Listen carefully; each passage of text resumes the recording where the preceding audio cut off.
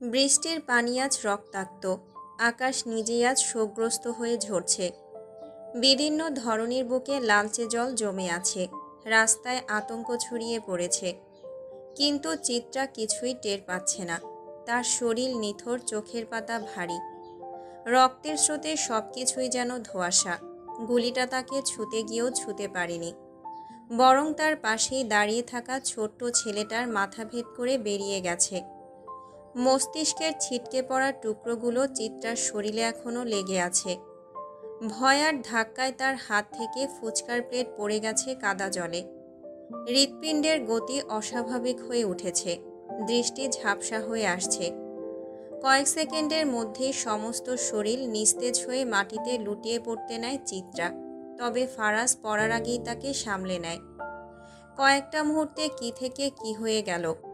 ফারাজের চোখে মুখে আতঙ্ক, তবে রক্ত কিংবা গুলির শব্দে নয়, বরং চিত্রার নেতিয়ে পড়া দেখে কেমন যেন একটা অনুভব হচ্ছে তার। ওই যে গলায় মাছের কাঁটা বিঁধলে কিংবা শরীরের প্রতিটা অংশ ফালি ফালি করলে যেমন যন্ত্রণা হয়, ঠিক তার চেয়েও বেশি। এক লহমার জন্য ফারাজ নিজেও থমকে যায়। একবার তাকায় বাচ্চা ছেলেটার লুটিয়ে পড়া রক্তাক্ত দেহের দিকে, অন্যবার তার বুকের সঙ্গে লেপ্টে থাকা নিষ্পাপ প্রিয়তমার দিকে। গুলির শব্দে অভ্র দ্রুত গাড়ি থেকে নেমে আসে। চারপাশে আতঙ্ক ছড়িয়ে পড়েছে, মুষলধারে বৃষ্টি হচ্ছে, তবুও মানুষ অবিরাম ছুটছে। মানুষের তো বাঁচতে হলে ছুটতেই হবে। কিশোরগঞ্জে ইদানিং ছিনতাইকারী, সন্ত্রাস, ডাকাতি ভয়ঙ্করভাবে বেড়ে গেছে। এর মূল কারণ কি এখানকার কাউন্সিলর জাতীয়তাবাদী বলে? ইসরে, সামান্য ক্ষমতা পেতেই পালোয়ান সাহেবরা অরাজকতা শুরু করে দিয়েছে। যদিও তাদের দিয়ে সবই আশা করা যায়, দলের দোষ দিয়ে লাভ নেই। ফারাজ ভিজছে, চিত্রাকে সঙ্গে নিয়েই ভিজছে। রাগে তার কপালের শিরা অবধি নীল হয়ে এসেছে, চোখে জমেছে দপদপে আগুন। অভ্র ছুটে আসে, সঙ্গে ফারাজের বাকি লোকজনও। সবাই তাকে ঘিরে রাখে, যে কোনো মুহূর্তে আবারও গুলি চালাতে পারে সন্ত্রাসীরা। ভাই, জলদি ওঠেন, ভাবিরে নিয়ে গাড়িতে যান ভাই। এখানকার পরিস্থিতি ভালো না। কালকে জেল থেকে সাবেক বিএনপি নেতা নাশিদ পালোয়ান পালিয়েছে। দেশের অবস্থা খুব খারাপ ভাই, দেরি করবেন না। ফারাজ দাঁতে দাঁত চেপে একটা ঢোক গিলল, চোখের শিরাগুলো রক্তিম হয়ে উঠেছে। এক মুহূর্ত চুপ থেকে সে চিত্রাকে শক্ত করে কোলে তুলে নিল। চিত্রাকে নিয়ে তুই হাসপাতালে যা। অভ্র দ্বিধাগ্রস্ত হয়ে বলল, ভাই, আমি যা বলছি তাই কর। কিন্তু এই পরিস্থিতিতে আপনি কোথায় যাবেন, কাকে ধরবেন? আগে ভাবিকে সুস্থ হতে দিন ভাই, মেজাজ গরম করাস না। ফারাজ অভ্রের দিকে তাকিয়ে বলল, আমি জানি সব কার কাজ, খুব ভালো করেই জানি। তুই চিত্রাকে নিয়ে হাসপাতালে যা। চিত্রা সুস্থ হয়ে বাড়ি ফেরার আগেই আমি আমার কাজ ছাড়ব। আমার কলিজার উপর হাত দেওয়া, শালাদের কলিজা ছিঁড়ে এনে যদি কুত্তাকে না খাওয়াই, তাহলে আমার আব্বা দুইটা। অভ্র একটা শুষ্ক ঢোক গেলে, এসব ঝামেলায় না গেলে কি হয় না? যে কাজের জন্য দেশে আসা সেটা শেষ করে চলে গেলেই তো হয়। শুধু শুধু শত্রু বাড়ানোর কি দরকার? ফারাজ অভ্রকে পাশ কাটিয়ে গাড়ির দিকে এগিয়ে যায়। তার লোকগুলো মাথার উপর ছাতা ধরতে গেলে ফারাজ হুঙ্কার ছাড়ে, আরে বাল, ছাতা সরাবি নাকি ছাতা তোদের পেছনে? ছাতা সরা। লোকগুলোর সাহস হয় না আর এগোনোর। ফারাজ চিত্রাকে গাড়িতে শুইয়ে দেয়। কালো বোরকা পরা মেয়েটার মুখে এখনও নিকাব। ফারাজ হাত বাড়িয়ে নিকাব সরিয়ে দিয়ে অভ্রকে নির্দেশ দেয়, ফারিয়াকে একটা কল করে হাসপাতালে আসতে বল। আর শোন, এসব খবর যেন বাড়ির কেউ এখনই না জানতে পারে। ফারাজ আরেকবার চিত্রার দিকে তাকায়, তারপর বলে, ও আমার আমানত, আমি ফেরার আগ অব্দি ওকে নিরাপত্তা দেওয়ার দায়িত্ব তোর। যদি কোনো ভুল হয় রে, তাহলে রামদা দিয়ে তোর কল্লা কেটে স্পেশাল মুড়ি ঘন্ট বানাবো। অভ্র জবাব দেয় না, গাড়ি ছেড়ে দেয়। তবে যাওয়ার আগে মেয়েলি গলার একটা কান্নার শব্দ তার কানে ভেসে আসে। ওই বাচ্চাটার মা এসেছে বুঝি, লাশের সামনে পড়ে হাহাকার করছে, সাহায্যের জন্য আকুতি করছে। আচ্ছা, সন্তান হারানোর বেদনা সত্যিই খুব পীড়া দেয়। 4টে লাশ পরপর সাজানো, নিথর বিকৃত নিঃশেষ। 4জনই সোহানের লোক। সোহান ধীরে ধীরে চায়ের কাপে চুমুক দিচ্ছে আর গভীর দৃষ্টিতে লাশগুলোর দিকে তাকিয়ে আছে। খুনের ধরন দেখেই বোঝা যাচ্ছে একেবারে পেশাদার কাজ। ছেলেগুলো একটা মাদ্রাসা ছাত্রীকে তুলে নিয়ে ধর্ষণ করেছিল, তারপর ভোরে হত্যা করে জঙ্গলে লাশ ফেলে দিয়ে যায়। কিন্তু আফসোস, তাদের কর্মগুলো মানুষের চক্ষু নজরে পড়ে যায়। বলদগুলো একটা কাজও যদি ঠিক করতে পারত। প্রতিটা লাশের হাতের আঙুল কাটা, নখ তোলা, কান ছেঁড়া। সবচেয়ে ভয়ঙ্কর ব্যাপার, ওদের মূল্যবান জিনিসটাও কেটে ফেলা হয়েছে। সোহান ধীরে ধীরে লুঙ্গির ভাঁজ ঠিক করল। মুখে তেতো হাসি ফুটল। চ্যাঁ, শালাগুলারে একেবারে হিজড়া বানায়া উপরে পাঠাইল। কামটা কি ভালা হইল? সিফাত পাশেই দাঁড়িয়ে আছে চুপচাপ, তার মুখ গম্ভীর। কিছুক্ষণ চুপ থেকে বলল, ভাই, সবাই জেনে গেছে যে ওরা আমাগো দলের লোক ছিল। তার উপর ধর্ষণ আর খুনের ব্যাপারটা হাই প্রোফাইল। কেমনে হ্যান্ডেল করুম? সোহান গোফে আঙুল বুলিয়ে এক পা তুলে বসল। তার কালো চামড়ায় ঘামের চিকচিকে আভা, চোখে অদ্ভুত এক ঝলক। সন্ধ্যা নেমেছে। আকাশে ভারী মেঘ, চারপাশ নিস্তব্ধ, শুধু পেছন থেকে নদীর ঢেউয়ের শব্দ আসছে। জনগণ নাকি গণধোলাই দিছে? সিফাত মাথা নাড়ল। হ ভাই, মেয়েগুলাও মারছে, জুতার বাড়ি দিছে। তাইলে হাতের আঙুল, কান আর ওইডা কাটল কে? তাও আবার এমন কইরা? সোহান লাশগুলোর দিকে তাকিয়ে একবার ঠোঁট ভেজালো। এইভাবে শাস্তি দেওয়ার মতো ক্ষমতা ওই মাদ্রাসার মেয়েগুলোর কিংবা জনগণের থাকার কথা না। কারণ সবাই জানে এরা কার লোক। কেউ রাক্ষোভ মিটিয়েছে নিশ্চিত, কিন্তু কে? সোহানের কালো চামড়া চকচক করছে। সে গোফে হাত বুলিয়ে পায়ের উপর পা তুলে আরও কিছুক্ষণ লাশ 4টের দিকে তাকিয়ে রইল। সন্ধ্যা কেবল এখন। আকাশে বৃষ্টি নেই, তবে মেঘ জমে আছে। সকলের মতে এই 4জনকে জনগণ ধরে গণধোলাই দিয়েছে। মাদ্রাসার মেয়েগুলো সেখানেই ছিল, জুতার বাড়ি দিয়েছে। তবে সোহানের কেন জানি বিশ্বাস হচ্ছে না। মারধরের ধরন দেখে মনে হয়েছে কেউ রাক্ষোভ মিটিয়েছে, কিন্তু কে? এখন লাশগুলা তো উদ্ধার করতে পারছি, তবে এইগুলারে কি করবো? পুলিশ তো লাশ খোঁজা শুরু কইরা দিছে। সিফাত বলল, ট্রলারে মানুষ আছে না? যে। সিফাত কাজ ঝাঁকালো। ছুরি চাপাতি দিয়া পোলাপানগুলারে কাজে লাগাইয়া দে। লাশগুলারে টুকরা টুকরা কইরা নদীর মাছগুলারে পেট ভইরা খাওয়ানোর ব্যবস্থা কর। লাশ হচ্ছে গিয়া প্রমাণ। লাশ থাকলে প্রমাণ থাকবো, প্রমাণ থাকলে পুলিশ ঘাটাঘাটি করব। গো যত লাড়বি ততই গন্ধ ছুটব। যা, এখন যেইটা কইছি ওইটা কর। সিফাত মাথা ঝাঁকালো। বুঝছি ভাই। একটু থেমে আবার বলল, ভাই, আরেকটা কথা। কাল রাতে যে চালান যাওয়ার কথা ছিল, ওইখানে ঝামেলা বাঁধছে। মাল 2 দিন পর তেনারা নিব। সোহান ধীরস্থিরভাবে সিগারেট জ্বালালো। ধোঁয়া ছেড়ে বলল, আচ্ছা, সমস্যা নাই। টাকা পাইছে, এখন মাল নেক না নেক আমার তাতে যায় আসে না।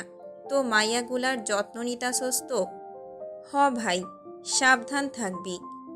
মাইয়া মানুষ হইল ঝামেলা, তার উপর এতগুলা মাইয়া মানুষ। অগ হদিস যেন ভুলেও কেউ না পায়। সিফাত মৃদু করে হু বলে থামল।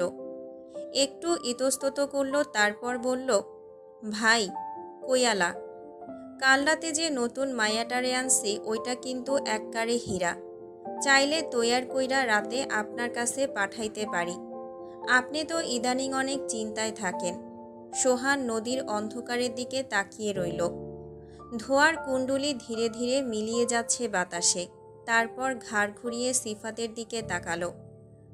নাম কি সেমরির? সিফাত একটু ভেবে বলল, নীলু। নীলুফা ওর নাম। চারপাশে মৃদু হলুদ আলো ছড়িয়ে আছে। বাতাসে শুকিয়ে যাওয়া রক্তের গন্ধ। মাটিতে পড়ে আছে একটা পুরুষ, চোখ বাঁধা। শরীরের বিভিন্ন অংশ নিখুঁতভাবে ছেটে নেওয়া হয়েছে। পুরাই দক্ষ কসাইয়ের কাজ লাগছে। তার চারপাশে আরও 5টা নিথর দেহ পড়ে আছে। সামনের কাঠের চেয়ারে বসে থাকা ফারাজ পিস্তলটা হাতে নিয়ে নেড়েচেড়ে দেখছে। তার চোখে মুখে অদ্ভুত দীপ্তি। মনে হচ্ছে মৃত্যু তার জন্য নতুন কিছু নয়, বরং এক প্রকার শিল্প। চারপাশে কালো পোশাকে ঢাকা কয়েকজন দাঁড়িয়ে আছে। তাদের উপস্থিতি বাতাসের মতোই স্বাভাবিক, তবে ভয়ানক। ফারাজ ধীরগতিতে উঠে দাঁড়ালো। এক ঝলক চারপাশে তাকিয়ে ইশারা করতেই একজন এগিয়ে এসে মাটিতে পড়ে থাকা লোকটার চোখ থেকে কালো কাপড়টা সরিয়ে দিল। লোকটা এক পলক তাকালো ফারাজের দিকে। ভেতরের সমস্ত শক্তি নিঃশেষ হয়ে আসছে। গলাটা ঢিলে হয়ে এসেছে। শরীর আরও বেশি কুঁকড়ে গেছে। ফারাজ হাঁটু গেড়ে বসে তার থুতুনিতে ঠান্ডা ধাতব পিস্তলটা ঠেকালো। ঠোঁটের কোণে এক চিলতে বিদ্রুপাত্মক হাসি টেনে বলল, ট্রিগারটা তুমিই চালিয়েছ, তাই না জান্টুস? লোকটা থরথর করে কাঁপছে। ঠোঁট কাঁপছে, কিন্তু শব্দ বের হচ্ছে না। ভূমিকম্প হলে যেভাবে মাটি কাঁপে, ঠিক সেভাবেই কাঁপছে তার শরীর।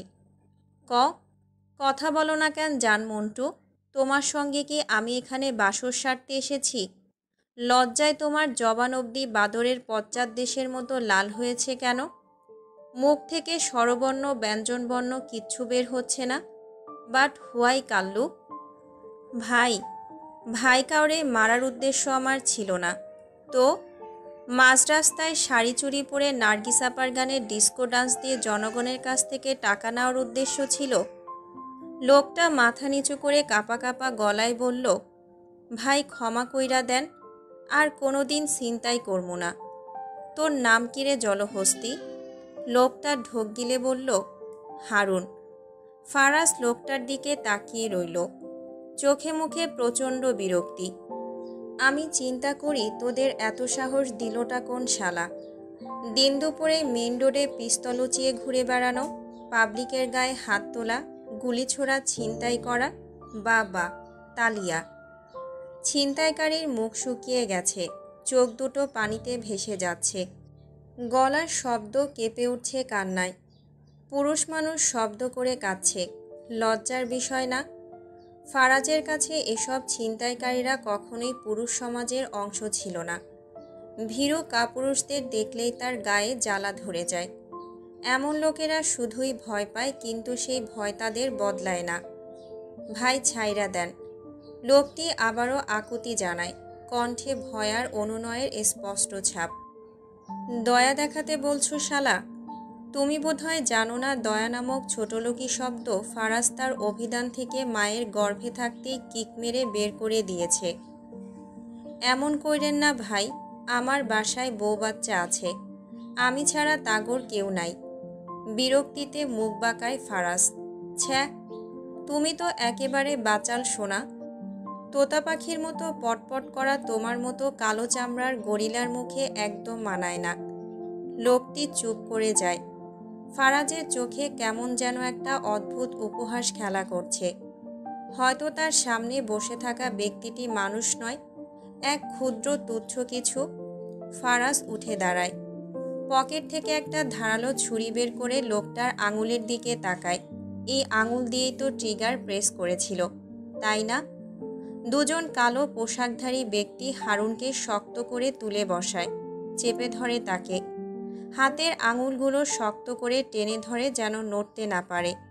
তবে নড়ার ক্ষমতাই বা কোথায়? তার শরীরের প্রতিটা জয়েন্টে ইতিমধ্যেই গুঁড়িয়ে দেওয়া হয়েছে। সে এখন কেবল নিস্তব্ধ যন্ত্রণার ভারে অবশ তার দেহ। ফারাজ ঝুঁকল। কোনো সতর্কতা ছাড়াই এক ঝটকায় ছুরিটা চালিয়ে দিল। ছ্যাত! ডান হাতের তর্জনী মুহূর্তে শরীর থেকে বিচ্ছিন্ন হয়ে যায়। গভীর কাটা অংশ থেকে গরম রক্ত গড়িয়ে পড়ে, গটগট শব্দে মেঝেতে ছড়িয়ে যায়। ভোঁতা কর্কশ এক আর্তনাদ ঘর জুড়ে প্রতিধ্বনিত হয়। তারপর মুহূর্তের জন্য নিস্তব্ধতা, কিন্তু নিস্তব্ধতা স্থায়ী হয় না। পরপর কয়েকটি আর্তনাদ বদ্ধ কক্ষের লোমহর্ষক পরিস্থিতির জানান দেয়। প্রতিটা চিৎকার ক্রমেই ম্লান হয়ে আসে।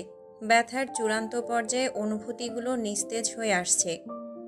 ফারাজের সামনে পড়ে আছে 10টা বিচ্ছিন্ন আঙুল। মেঝেতে জমে থাকা রক্তের কুয়াশায় ঢেকে গেছে চারপাশ।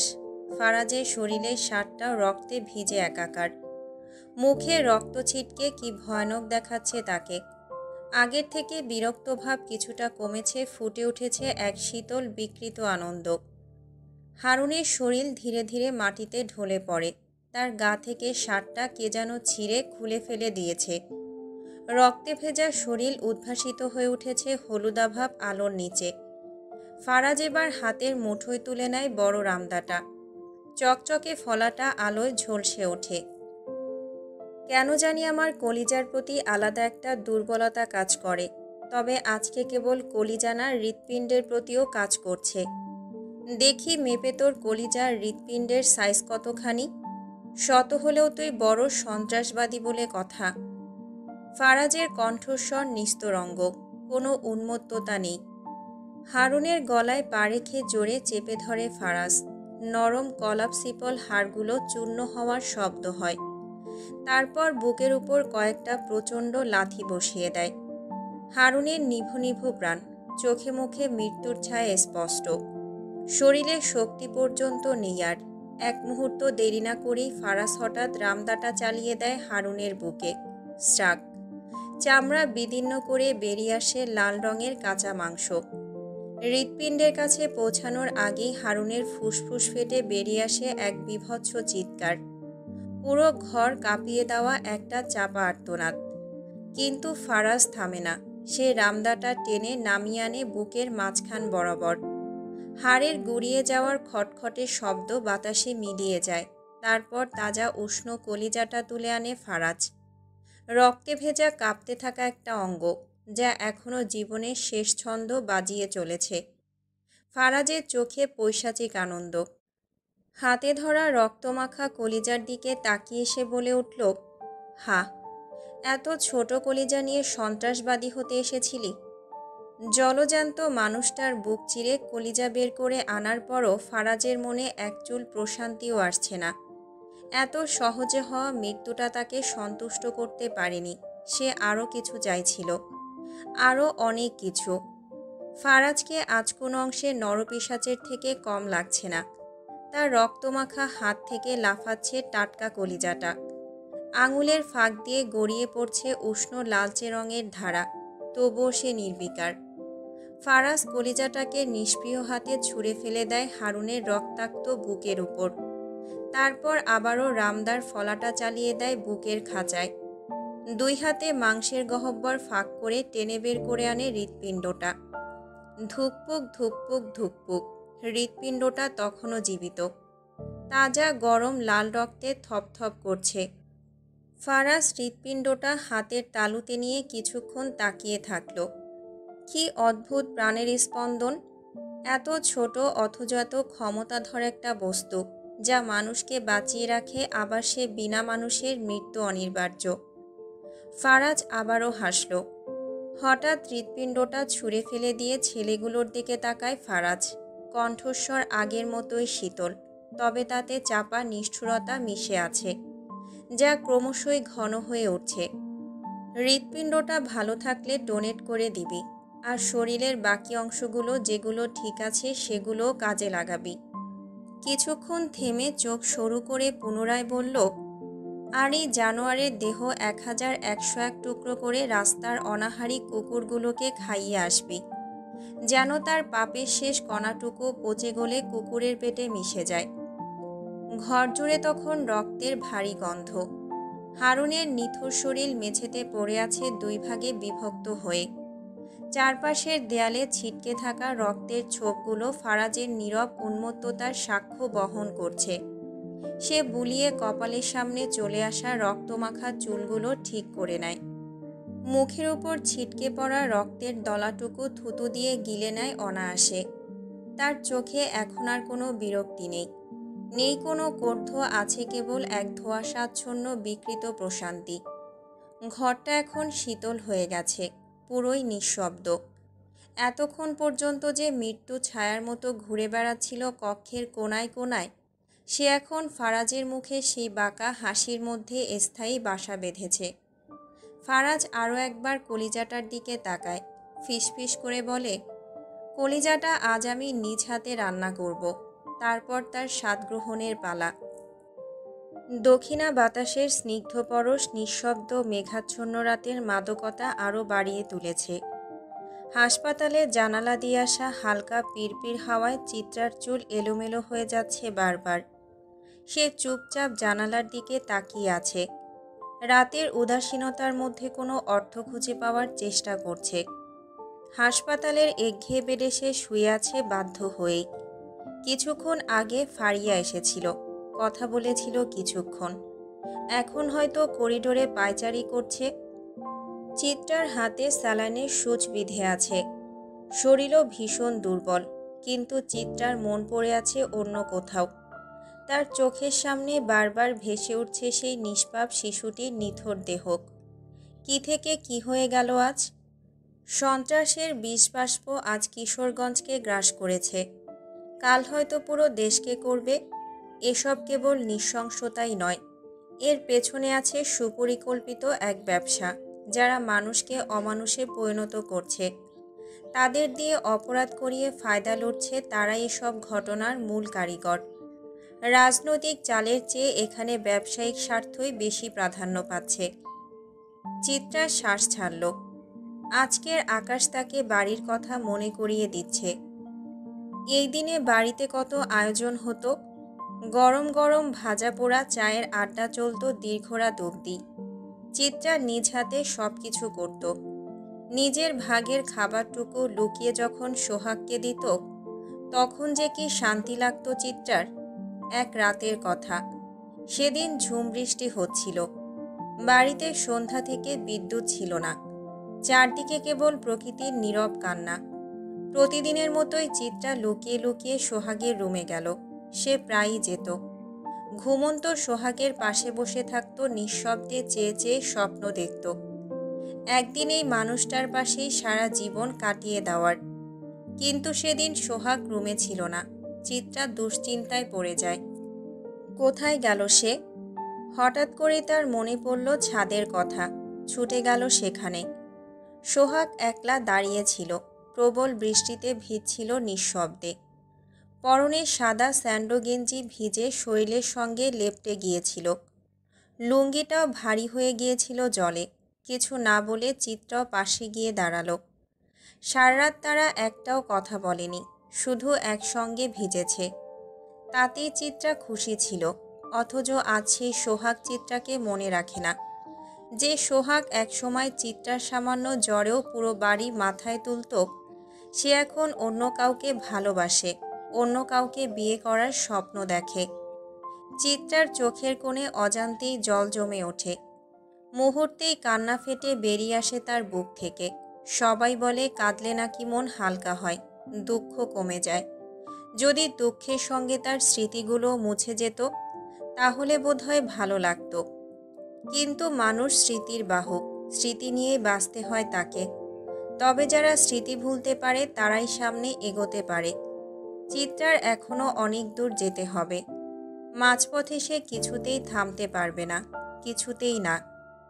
কাঁদছো কেন প্রিয়তমা? চিত্রা চোখের পানি আড়াল করার চেষ্টা করল। পাশ ফিরে দেখল দাঁড়িয়ে আছে ফারাজ। গায়ে একটা শুভ্র রঙার শার্ট, ব্লেজারটা হাতে। ফারাজ এগিয়ে এসে চিত্রার পাশে এসে বসল। চিত্রা মুখ ফিরিয়ে অভিমানজড়িত গলায় বলল, আমি ঠিক আছি। জোর করে এখানে বন্দি করার কারণ কি? রোগীরা ওষুধের ভয়ে এমন 2-4টে চাপা মেরেই থাকে, তাই বলে কি সব বিশ্বাস করতে হবে? চাপাবাজ বললেন। ফারাজ চোখ সরু করে তাকালো, ঠোঁটের কোণে এক চিলতে হাসি। কেন, কারো গায়ে লেগেছে বুঝি? দেখুন, এখানে দেখাবে?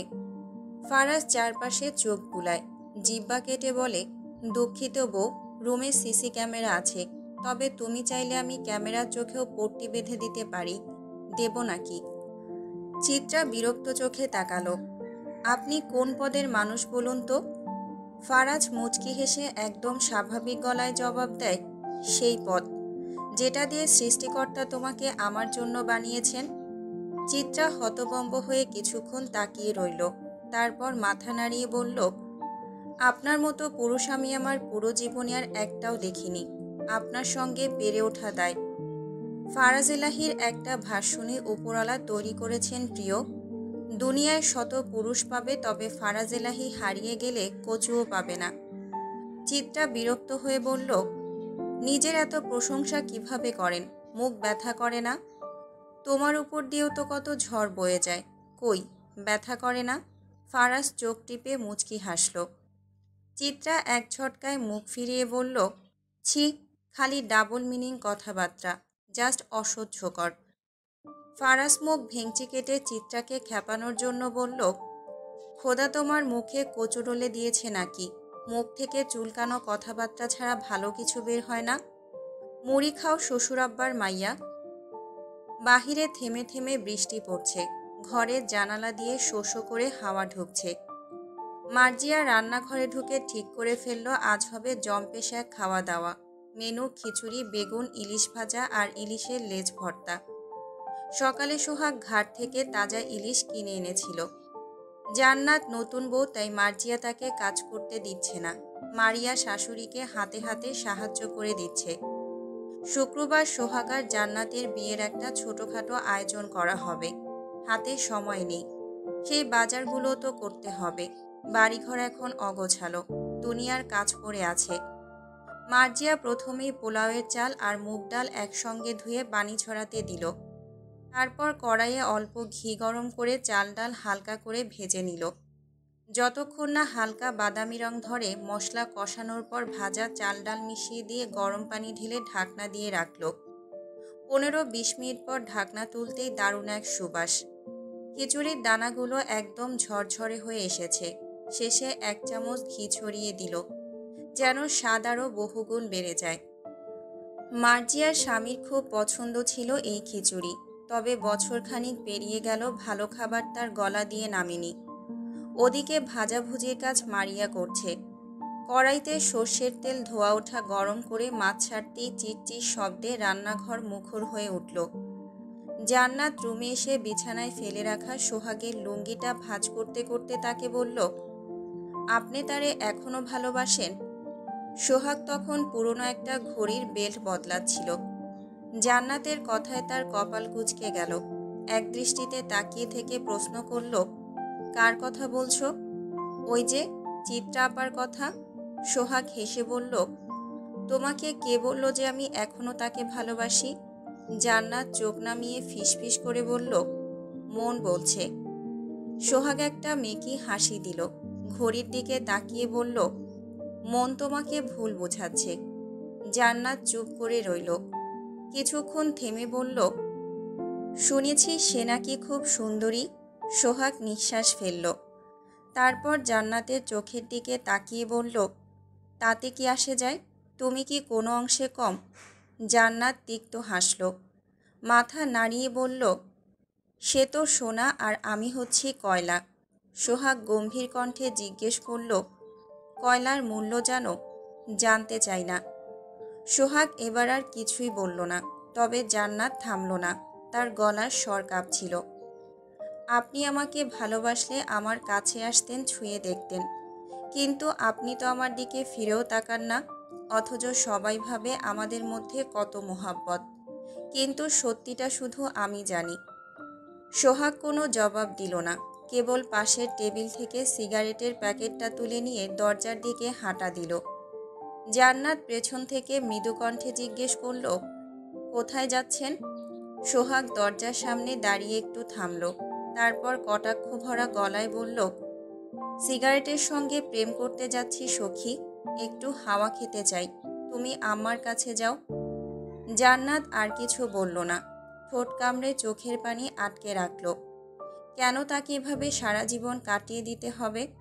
কেন চিত্রা সোহাগের জীবনে না থেকেও সবটা নিয়ন্ত্রণ করছে? কোন অধিকারে? সৌন্দর্যের অধিকারে? জান্নাতের বুকের ভেতরটা মোচড় দিয়ে উঠল। এই কষ্টেরও কি কোনো শেষ নেই? ফারাজের গাড়ি বাড়ির ভেতরে ঢুকতেই লোকজন দৌড়ে এলো তাকে অভ্যর্থনা জানাতে, কিন্তু ফারাজ কারো দিকে তেমন একটা তাকালো না। সে বরাবরের মতোই গম্ভীর। চিত্রার হাতে এখনো ব্যথা। সে ধীরে ধীরে গাড়ি থেকে নামতে গেল, কিন্তু ফারাজ আগেই দরজা দিয়ে বেরিয়ে মুহূর্তের মধ্যে তার সামনে এসে দাঁড়ালো। কোথায় যাচ্ছ বউ?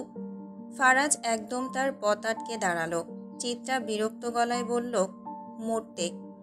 ফারাজ হেসে ফেলল, দুই হাতে কোমর ধরে বলল, এই মরামুখ শ্বশুরের ঘাটতারা মাইয়া। স্বামীর সঙ্গে রোমান্স করতে হয় তেরামি নয়, এসব শেখায়নি কেউ। চিত্রার চোখ মুখ গরম হয়ে উঠল, কাপা গলায় বলল, আমার মরা বাবাকে নিয়ে কিছু বলবেন না, একেবারে মেরে চারার মতন বাগানে রোপণ করে দেব। তারপর ফারাজ একদম স্বাভাবিকভাবে কথার মাঝেই যোগ করল, তারপর সেই চারা গাছ বড় হবে, আর সেখান থেকে ফারাজিলাহি নামক একটা হ্যান্ডসাম ফুলের জন্ম হবে। ফুলের ঘ্রাণ একেবারে এলাচের মতো হবে। চিত্রা চোখ ঘুরিয়ে বলল, হ্যাঁ, তাতে আমার এলাচ কেনার টাকাও বেঁচে যাবে। আমি আপনাকে বাগান থেকে ছিঁড়ে নিয়ে গরম পানিতে ডুবিয়ে চা বানিয়ে আয়েশ করে খাবো। ফারাজ নাক কুঁচকে বলল, যা দুষ্টু, তোমার মুখে দেখছি জমজমের পানি ছিটাতে হবে, খালি উল্টাপাল্টা কথা বলো। ছিঁড়ে ডুবিয়ে too much bad sound. Chitra হতবিহল হয়ে গেল। আশপাশের কর্মচারীরা তো তাকিয়েই আছে, অথচ ফারাজ এলাহির মনে একটুও লজ্জা নেই। চিত্রা কিছু বোঝার আগেই ফারাজ হঠাৎ ঝুঁকে তাকে দুই হাতে তুলে নিল। আরে, আপনি কি করছেন? ছাড়ুন বলছি। ফারাজ ঠোঁটের কোণে এক চিলতে হাসি নিয়ে বলল, ছাড়ার জন্য ধরিনি বউ, স্বীকার করব বলেই ধরেছি। চিত্রা ধাক্কা দিয়ে নামার চেষ্টা করে, কিন্তু ফারাজের বাঁধন শক্ত।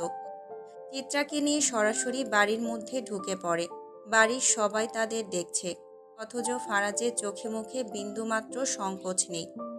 চিত্রার মাথায় যেন বাজ পড়ল, এই লোককে কি সত্যি কন্ট্রোল করা সম্ভব? চিত্রাকে ধীরে বিছানায় শুইয়ে দিয়ে ফারাজ শার্টের উপরের বোতামটা আলগা করল। তারপর কোনো রকম ভনিতা না করেই গলা ফাটিয়ে ডাক দিল, মিতালি, শালি কই তুমি?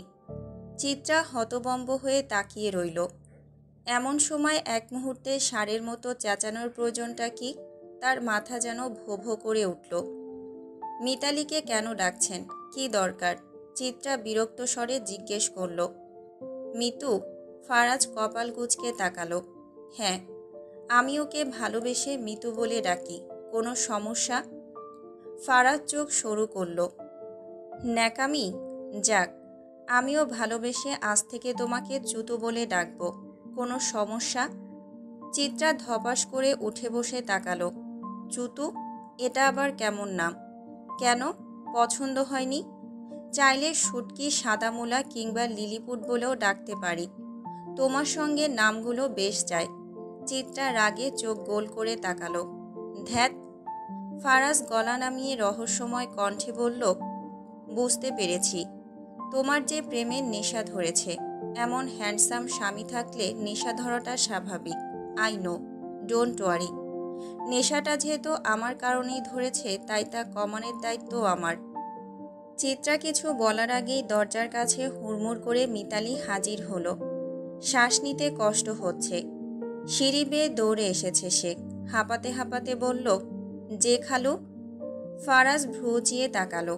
কি রে, হাঁপানি রোগীর মতো নিঃশ্বাস ফেলছিস কেন? যাকগে, আমার জন্য এক কাপ চা বানিয়ে আন। মিতালি মাথা ঝাঁকিয়ে সম্মতি জানিয়ে বলল, আচ্ছা, চায়ে চিনি কতটুকু দিমু? ফারাজ একটু ভেবে বলল, তোর যা ইচ্ছে, তবে বইয়ের মতো অত মিষ্টি যেন না হয়।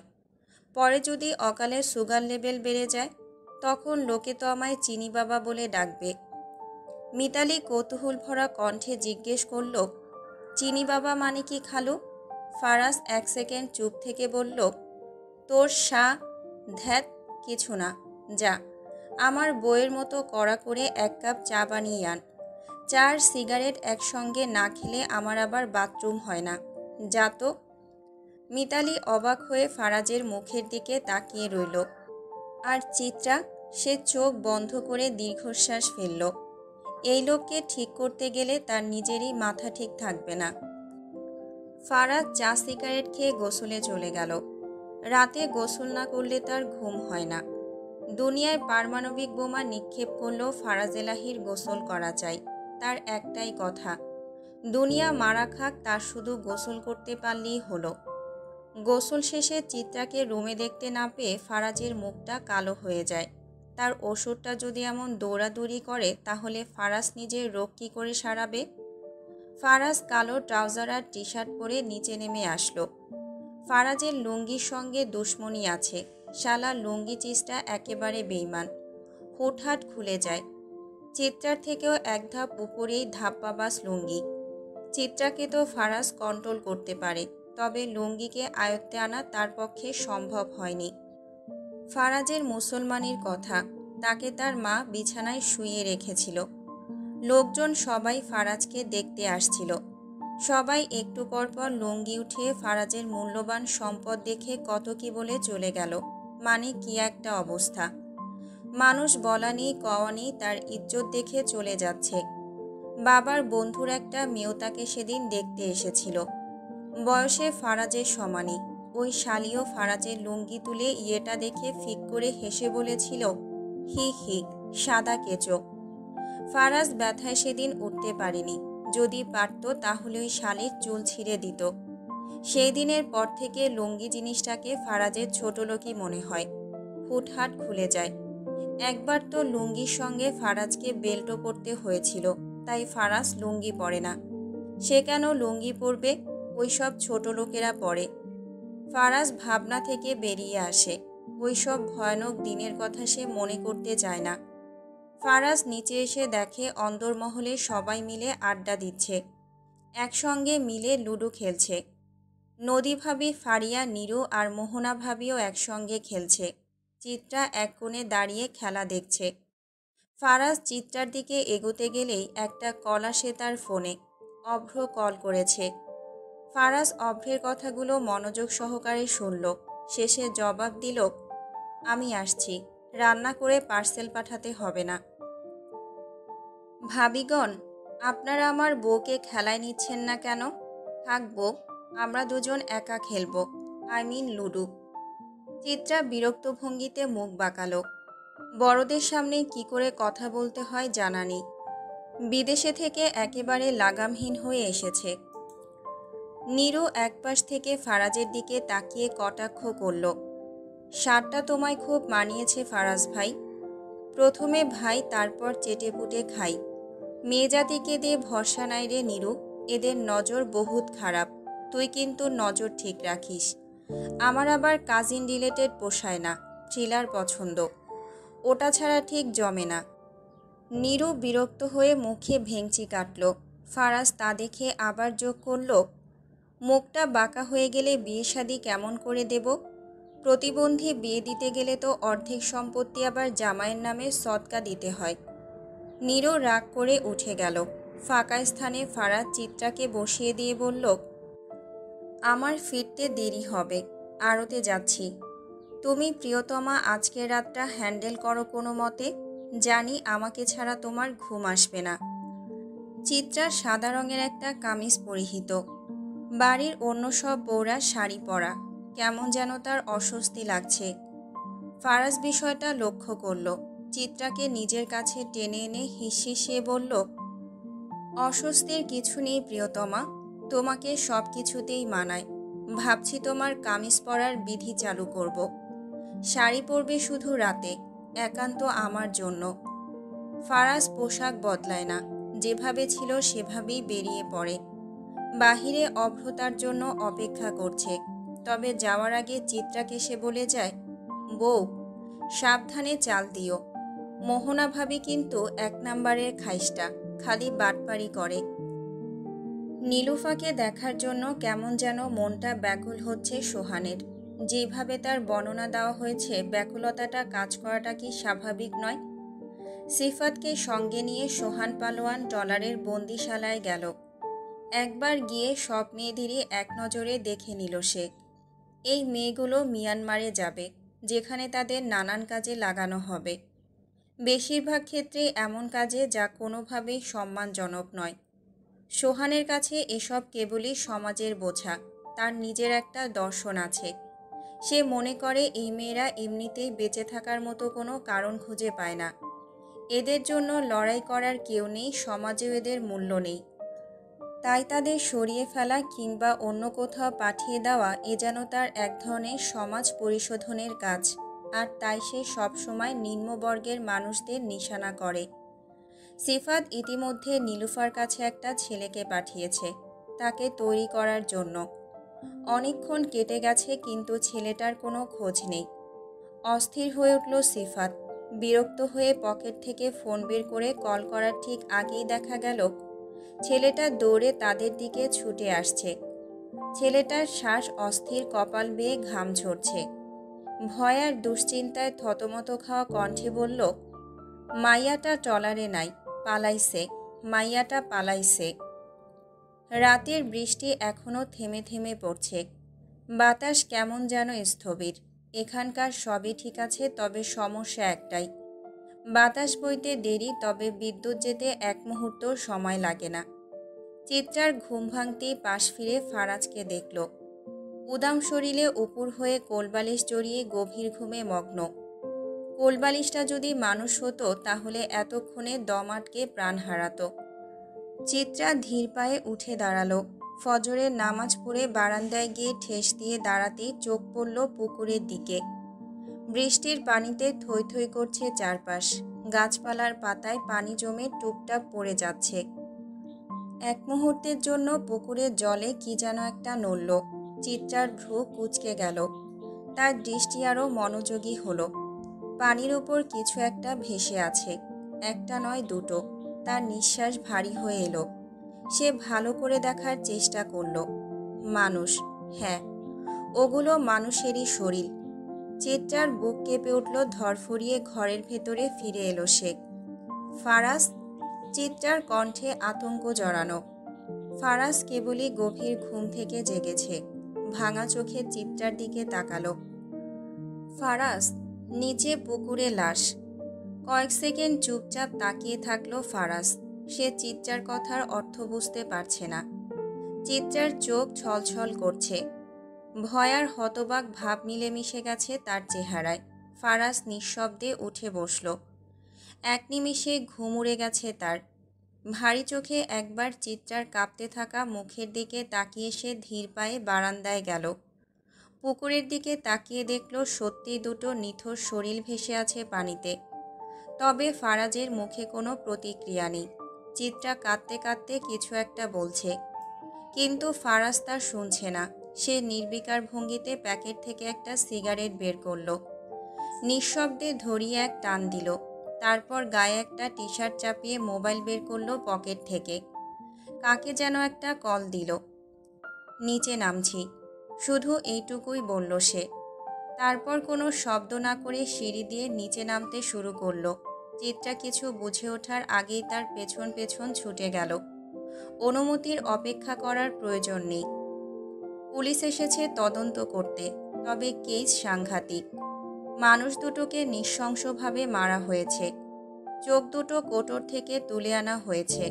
ধারালো কিছু একটা দিয়ে যৌনাঙ্গ উপড়ে ফেলা হয়েছে। আর দুজনেরই ঠোঁট দুটো সেলাই করা। মনে হচ্ছে কেউ নিখুঁতভাবে কাঁথায় সেলাই টেনেছে। লাশের গলায় ফুলের কাঁটা, গোলাপ ফুলের কাঁটা। তবে শরীরে কার্ফেন্টানিল ড্রাগস পুশ করা হয়েছে। মৃত্যু খুব জলদি হওয়ার জন্য। ফুলের মধ্যেই এই বিষ দেওয়া হয়েছিল, যার গন্ধ শুকতে গিয়েই মরণ চলে এসেছে। বাড়ির মানুষের মধ্যে আতঙ্ক ছড়িয়ে পড়েছে। এমন একটা ঘটনা ঘটে গেল অথচ কেউ কিছু টের অবধি পায়নি। খুনি নিশ্চয়ই রাতের বৃষ্টিময় অন্ধকারকে কাজে লাগিয়েছে। বৃষ্টির মধ্যে চিৎকারের শব্দ কারো কানে আসার কথা না। আর সবচেয়ে বড় কথা, পুরনো পুকুর পাড়ের দিকে কেউই যায় না। খুনি সেই সুযোগটাকেই কাজে লাগিয়েছে। তবে অবাক করার বিষয়, খুনির সাহস কতখানি হলে এলাহি বাড়িতে খুন করে লাশ এলাহিদের পুকুরেই ভাসিয়ে দিতে পারে। তবে খুনি আর যে কেউ হোক না কেন বাহিরের লোক না। চিত্রা ফারাজের আড়ালে দাঁড়িয়ে লাশ দেখার সাহস দেখাতে চাইলেও ফারাজ এক ঝটকায় তাকে টেনে বাড়ির ভেতরে নিয়ে এলো। রুমে গিয়ে দরজা লাগিয়ে বলল, এসব কাছ থেকে দেখার দরকার নেই তোমার। হুঁশ হারালে আবার হাসপাতালে ছোটাছুটি করতে হবে। কিন্তু চিত্রার ভেতরে আতঙ্ক চেপে বসেছে। কাল বাগানে যে কর্মী তাকে উত্তপ্ত করেছিল, আজ সেই লাশ হয়ে ভেসে উঠল। তার গলা শুকিয়ে এলো। ধীরে ধীরে ফারাজের দিকে তাকালো। ফারাজ কিছু করেনি তো?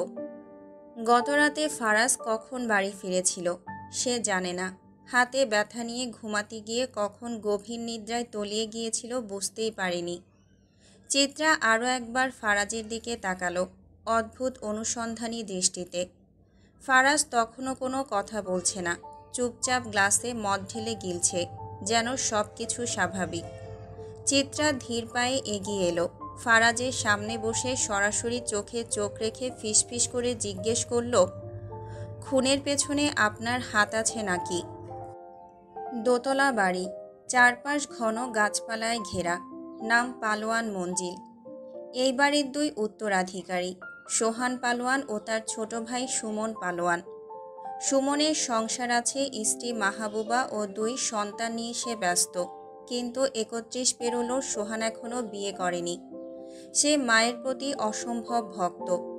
মায়ের সুখের জন্য সে সব করতে পারে, এমনকি পাপে জড়াতেও দ্বিধা করে না। তবে তার মায়ের কাছে তার অন্ধকার দিক সবসময়ই অজানা।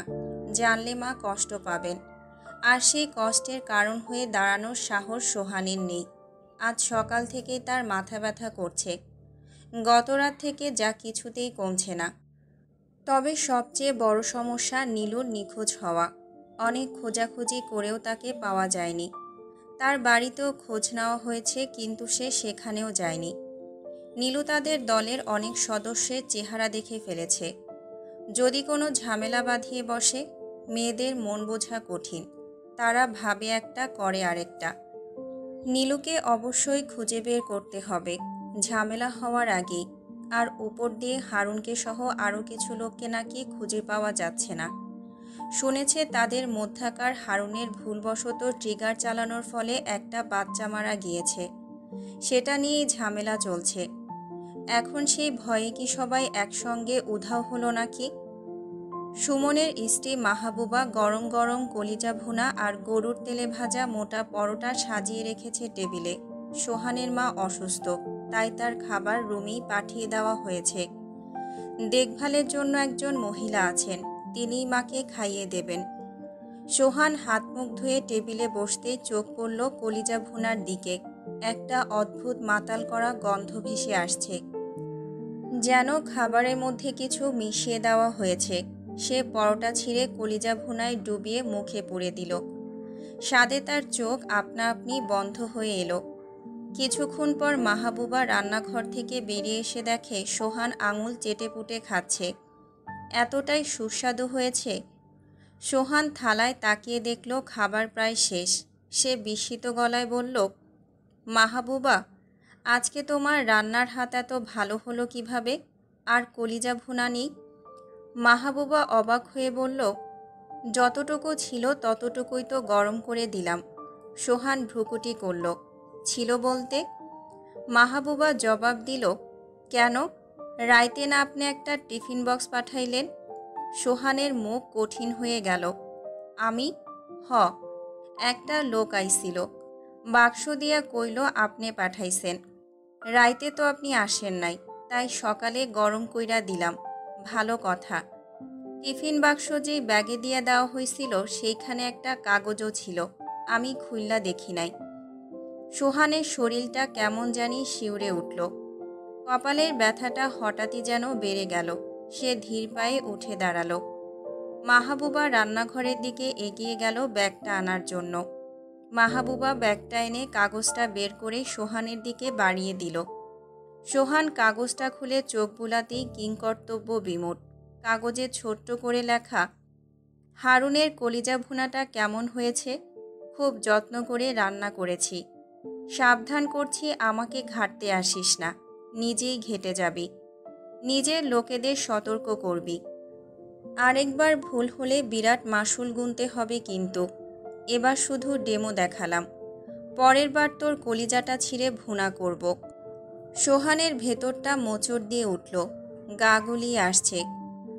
তাড়াতাড়ি বেসিনের কাছে গিয়ে ঝুঁকে পড়ল, থুতু ফেলল। মানুষের কলিজা এতক্ষণ ধরে উপভোগ করছিল সে, এত স্বাদ করে খাচ্ছিল। চিন্তাটা মস্তিষ্কে ধাক্কা দিতেই আরও একবার অস্বস্তিতে কুঁকড়ে উঠল সে। গলার গভীরে একটা বমি বমি ভাব জমাট বাঁধে। হাতের আঙুলগুলো অবশ হয়ে আসছে। কোন হারামির কাজে সব? কে হারুনকে মেরেছে? ভাই, আপনি সোহান পালোয়ানের সঙ্গে শত্রুতা কেন করছেন? মানে কুত্তার লেজে পাড়া দিয়ে কামড় না খাওয়া অবধি শান্ত হবেন না? 14টা ইঞ্জেকশন খাওয়ার এতই শখ? ফারাজ ঠোঁট বাঁকিয়ে বলল, আসছে পালোয়ানের ওকালতি করতে। কয় টাকা সদকা দিয়েছে রে কুদ্দুসের আব্বা তোরে? অভ্র বিরক্ত মুখে বলল, এই নামে ডাকা বন্ধ হবে কবে? বারবার কেন মনে করিয়ে দেন আমার যে বিয়েই হয় নাই? না মানে যেখানে বিয়েটাই হলো না সেখানে বাপ হওয়া কি বিলাসিতা নয়? ফারাজ বুকে হাত দিয়ে চোখ বুজে বলল, উফস, কি কষ্ট রে মাইরি, দুঃখে আমার পেছন ব্যথা করছে। অভ্র ভ্রু কুচকাল। ভাই কষা নাকি? দূর হ সাওয়াল। আমার কষা হবে কেন? আমি লিটারে লিটারে মদ গিলি, তবে দেখিস সিঙ্গেল থাকার কষ্ট যেন তোর আবার কষা না করে দেয়। Be careful. তোর কষা হয়ে গেলে তো তুই আমার থেকে বাথরুমকে বেশি সময় দিবি। না বাবা, আমার থেকে অন্য কিছুকে বেশি সময় দেওয়া আমি মানতে পারবো না। এসবে আমার মেজাজ খুব খারাপ হয়ে যায়। রাগে মূল্যবান জিনিসগুলো জোনাকির পুটকির মতো জ্বলে ওঠে। অভ্র বিষম খেল। ছোট থেকেই ফারাজের সঙ্গে আছে সে, অথচ মানুষটার মধ্যে বিন্দুমাত্র পরিবর্তন লক্ষ্য করল না। মানুষ নাকি পরিবর্তনশীল, তাহলে এলাহি এমন কেন? তবে কি সে কোনো মানুষ নয়, নরপিশাচ? ভাই, আপনার কথাবার্তা শুনে মনে হচ্ছে পরিস্থিতি খুবই স্বাভাবিক, অথচ আপনি আজকে কি করলেন? হারুনের কলিজা ভুনা করে তার গুরুকে খাইয়ে দিলেন, সঙ্গে আবার চিরকুট। ফারাজ হেসে বলল, গুরুকে নয় গরুকে খাইয়ে দিয়েছি। কেন হে শালা, তোমারও কি খাওয়ার ইচ্ছে আছে নাকি? কাম, তোমারটা বের করে রান্না করি, তারপর কবরে পার্সেল পাঠাবো। অভ্র নাক কুচকে বলল, ভাই কি যে বলেন, গা ঘিন ঘিন করে। ওইসব কেমন করে রাঁধছেন ভাই? মানুষ কেমন করে মানুষের কলিজা খায়? আমাকে দেখতে কি তোর আব্বা মনে হয়? মানুষের কলিজা কেন রান্না করব? বাজার থেকে গরুরটা কিনেই রান্না করেছি। ওই কালা দামরা কি এত সব বুঝবে? ও তো নিশ্চিত হারুনের কলিজা ভেবে বমি করেছে। ওরে একটু ভয় দেখালাম, যতদিন আমাকে সে ভয় পাবে ততদিন জিন্দা থাকতে পারবে। ভাই।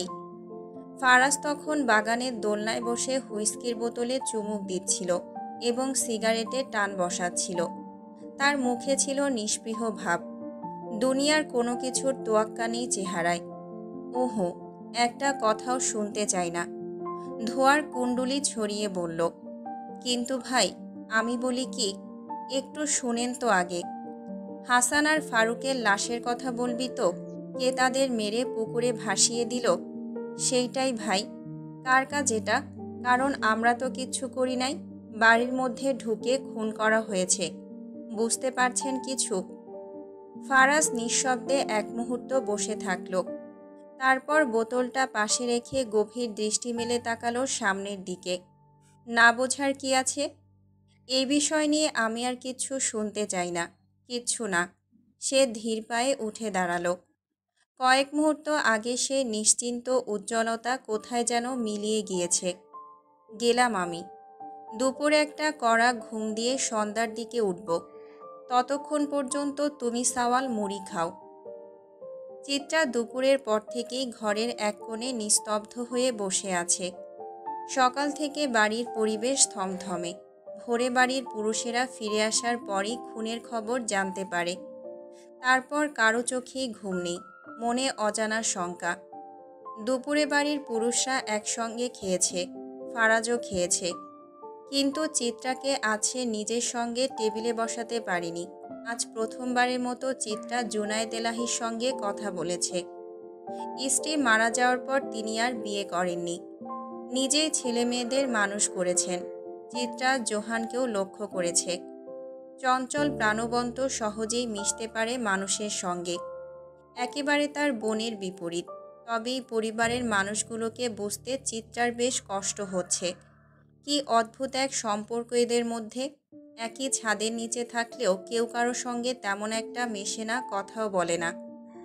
খাবার সময় কখনো কখনো সবাই একসঙ্গে থাকে, কখনো বা কাউকেই দেখা যায় না। রোমানা বেগমও বিচিত্র চরিত্রের।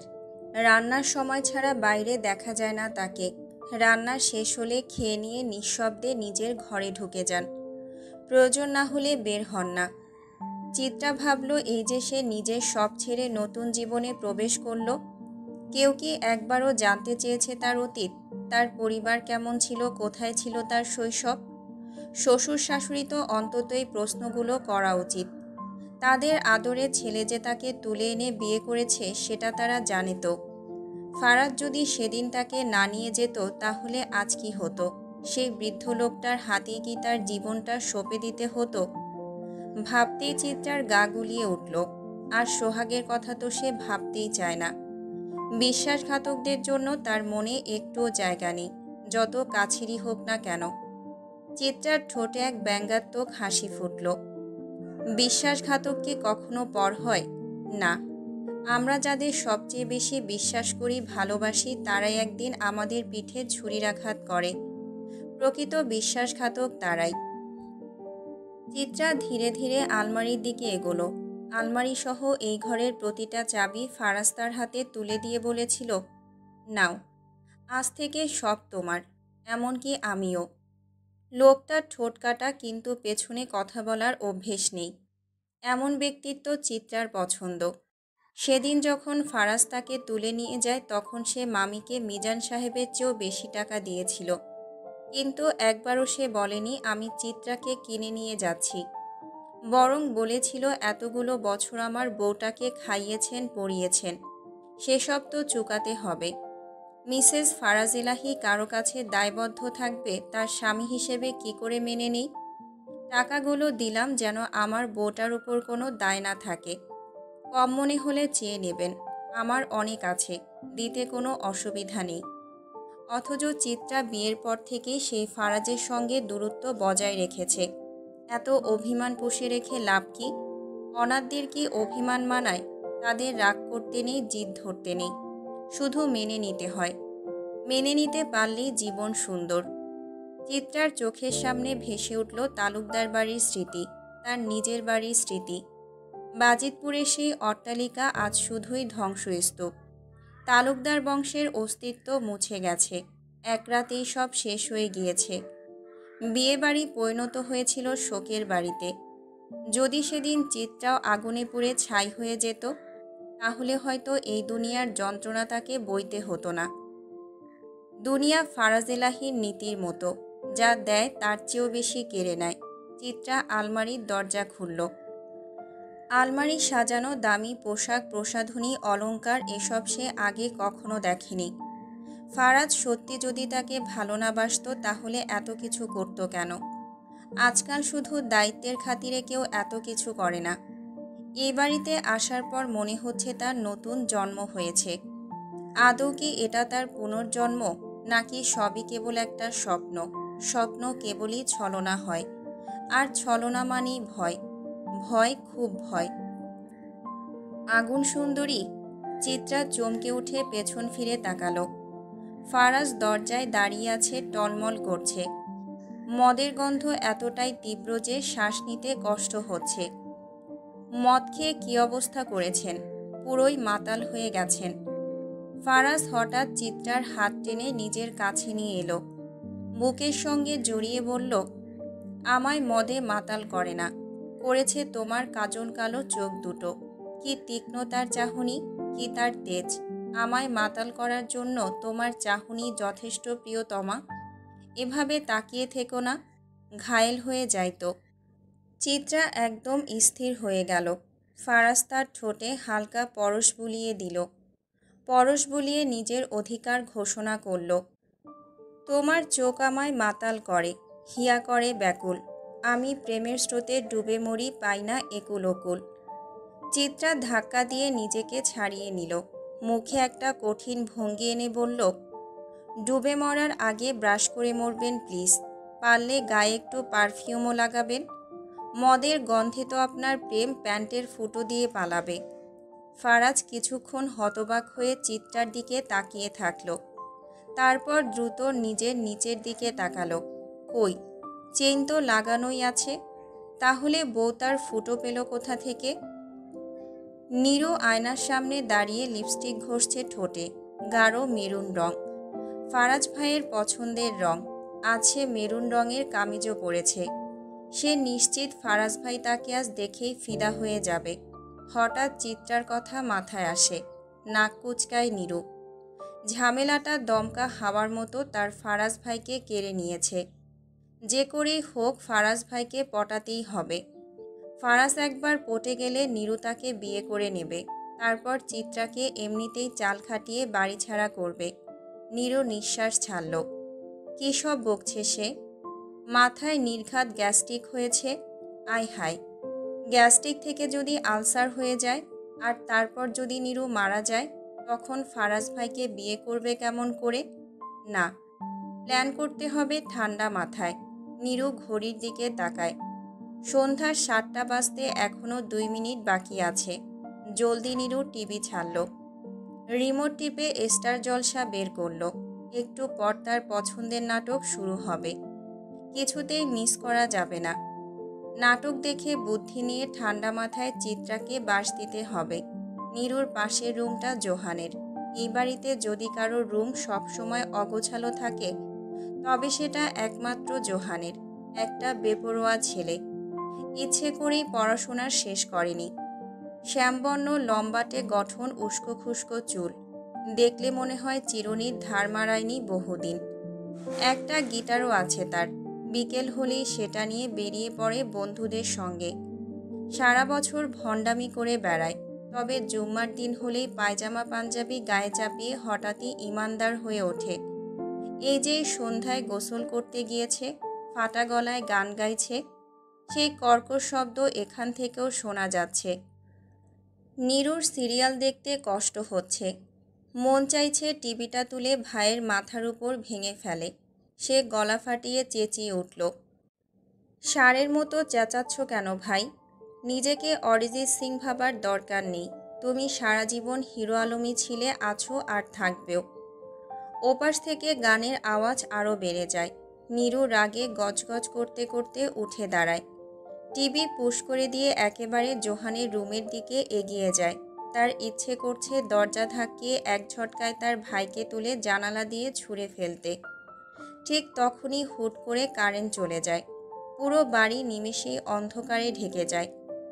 বালের কারেন্টের আব্বা মরছে নাকি? কি যে শুরু হইছে! নীরু মোমবাতির জন্য অন্ধকারে রান্নাঘরের দিকে যেতে নিলে কেউ একজন পেছন থেকে তার কাঁধে হাত রাখে। ভয়ে নীলু চিৎকার করতে ওপাশ থেকে তার মুখ চেপে ধরে। চিৎকারের শব্দ মুহূর্তেই গোঙানিতে পরিণত হয়। আস্তে, মানুষ তো ভাববে বাড়িতে চোর ডাকাত ঢুকেছে। অভ্র ধীরে ধীরে নীরুর মুখের উপর থেকে হাত সরিয়ে নিল। তারপর ফোনের ফ্ল্যাশলাইট জ্বালালো। নীরু ক্ষোভে গলা চড়িয়ে বলল, আপনার এত বড় সাহস, আমার মুখে হাত দিছেন? অভ্র ঠোঁটের কোণে এক চিলতে হাসি টেনে শান্ত গলায় জবাব দিল, ও, মুখে হাত দেওয়াটা ভালো লাগেনি? হাতটা অন্য কোথাও দেওয়া দরকার ছিল বুঝি? নীরুর মুখ শুকিয়ে গেল। ভ্রু কুঁচকে বলল, অভ্র ভাই। অভ্র চোখ নামিয়ে এক মুহূর্ত চুপ করে রইল। তারপর চাপা স্বরে বলল, ছি, এভাবে বললে মরে যাই। আসেন ভাই, একসঙ্গে গু খাই। ওয়াক, এসব কই থেকে শিখেছ? নিশ্চয় ফারাজ ভাইয়ের কাছ থেকে। নীরু মুখ ভেঙচি কাটল, বলল, কমুনা। বিদ্যুৎ ফিরে আসতেই নীরুর চোখ মুখ উজ্জ্বল হয়ে উঠল। আগের মতো দীপ্তি ফিরে এসেছে তার চাহনিতে। যাক, অবশেষে নাটকটা দেখা হবে। নীরু সুন্দর, তবে গায়ের রংটা চাপা। চাপা বললেও ভুল হবে, উজ্জ্বল ফর্সা বলা চলে। ছোটবেলায় চাপাই ছিল। দিনকে দিন রূপচর্চার বদৌলতে বেশ উন্নতি হয়েছে। টেনে টুনে ম্যাট্রিক পাশ করেছে। এবার কলেজে ভর্তি হয়েছে। ভালো কলেজে ভর্তি করাতেও টাকা খরচ করতে হয়েছে। মেয়ে পড়ালেখার নামে ডাব্বা আর খালুরে ডাকে আব্বা। বিদ্যুৎ আসতে অভ্র গলায় সতর্কতা টেনে বলল, দয়া করে আর কখনো অন্ধকারে এভাবে চিৎকার করবেন না আপা। লোকে ভুল বুঝতে পারে, দুষ্টু চিন্তাভাবনা করতে পারে। নিরুমুখ ভেঙচি কাটল, কথাটা একদম গায়ে মাখেনি। নিজের রুমের দিকে যেতে যেতে বলল, আমার মুখ আমি চিৎকার করব তাতে কার কি যায় আসে? নীরু চলে যেতেই অভ্রতার যাওয়ার পথে তাকিয়ে ঘাড়ে হাত বুলায়, চেয়ে থাকে। খানিক বাদে মাথা চুলকে বলে, আরে ধ্যাত, আমি না ফারাজ ড্যাডির কাছে এসেছিলাম। যাকগে, এখন আর দেখা সাক্ষাতের মুড হচ্ছে না। বাহির থেকে হাওয়া খেয়ে আসি। বউ বউ ডাক পারি, বউ আমার কার বাড়ি। আয় বউ বুকে আয়, তোর স্বামীরে মশায় খায়। ফারাজ মশারি টাঙাতে টাঙাতে ছন্দ কাটছে। চিত্রা ডিভানে শুয়ে ম্যাগাজিন পড়ছে। একটু পরপর আবার ফারাজের তামাশা দেখছে। সন্ধ্যাবেলায় কেউ মশারি টাঙায়? তার ধৈর্যের বাঁধ ভেঙেই বলল, আপনাকে মশারি টাঙাতে কে বলেছে?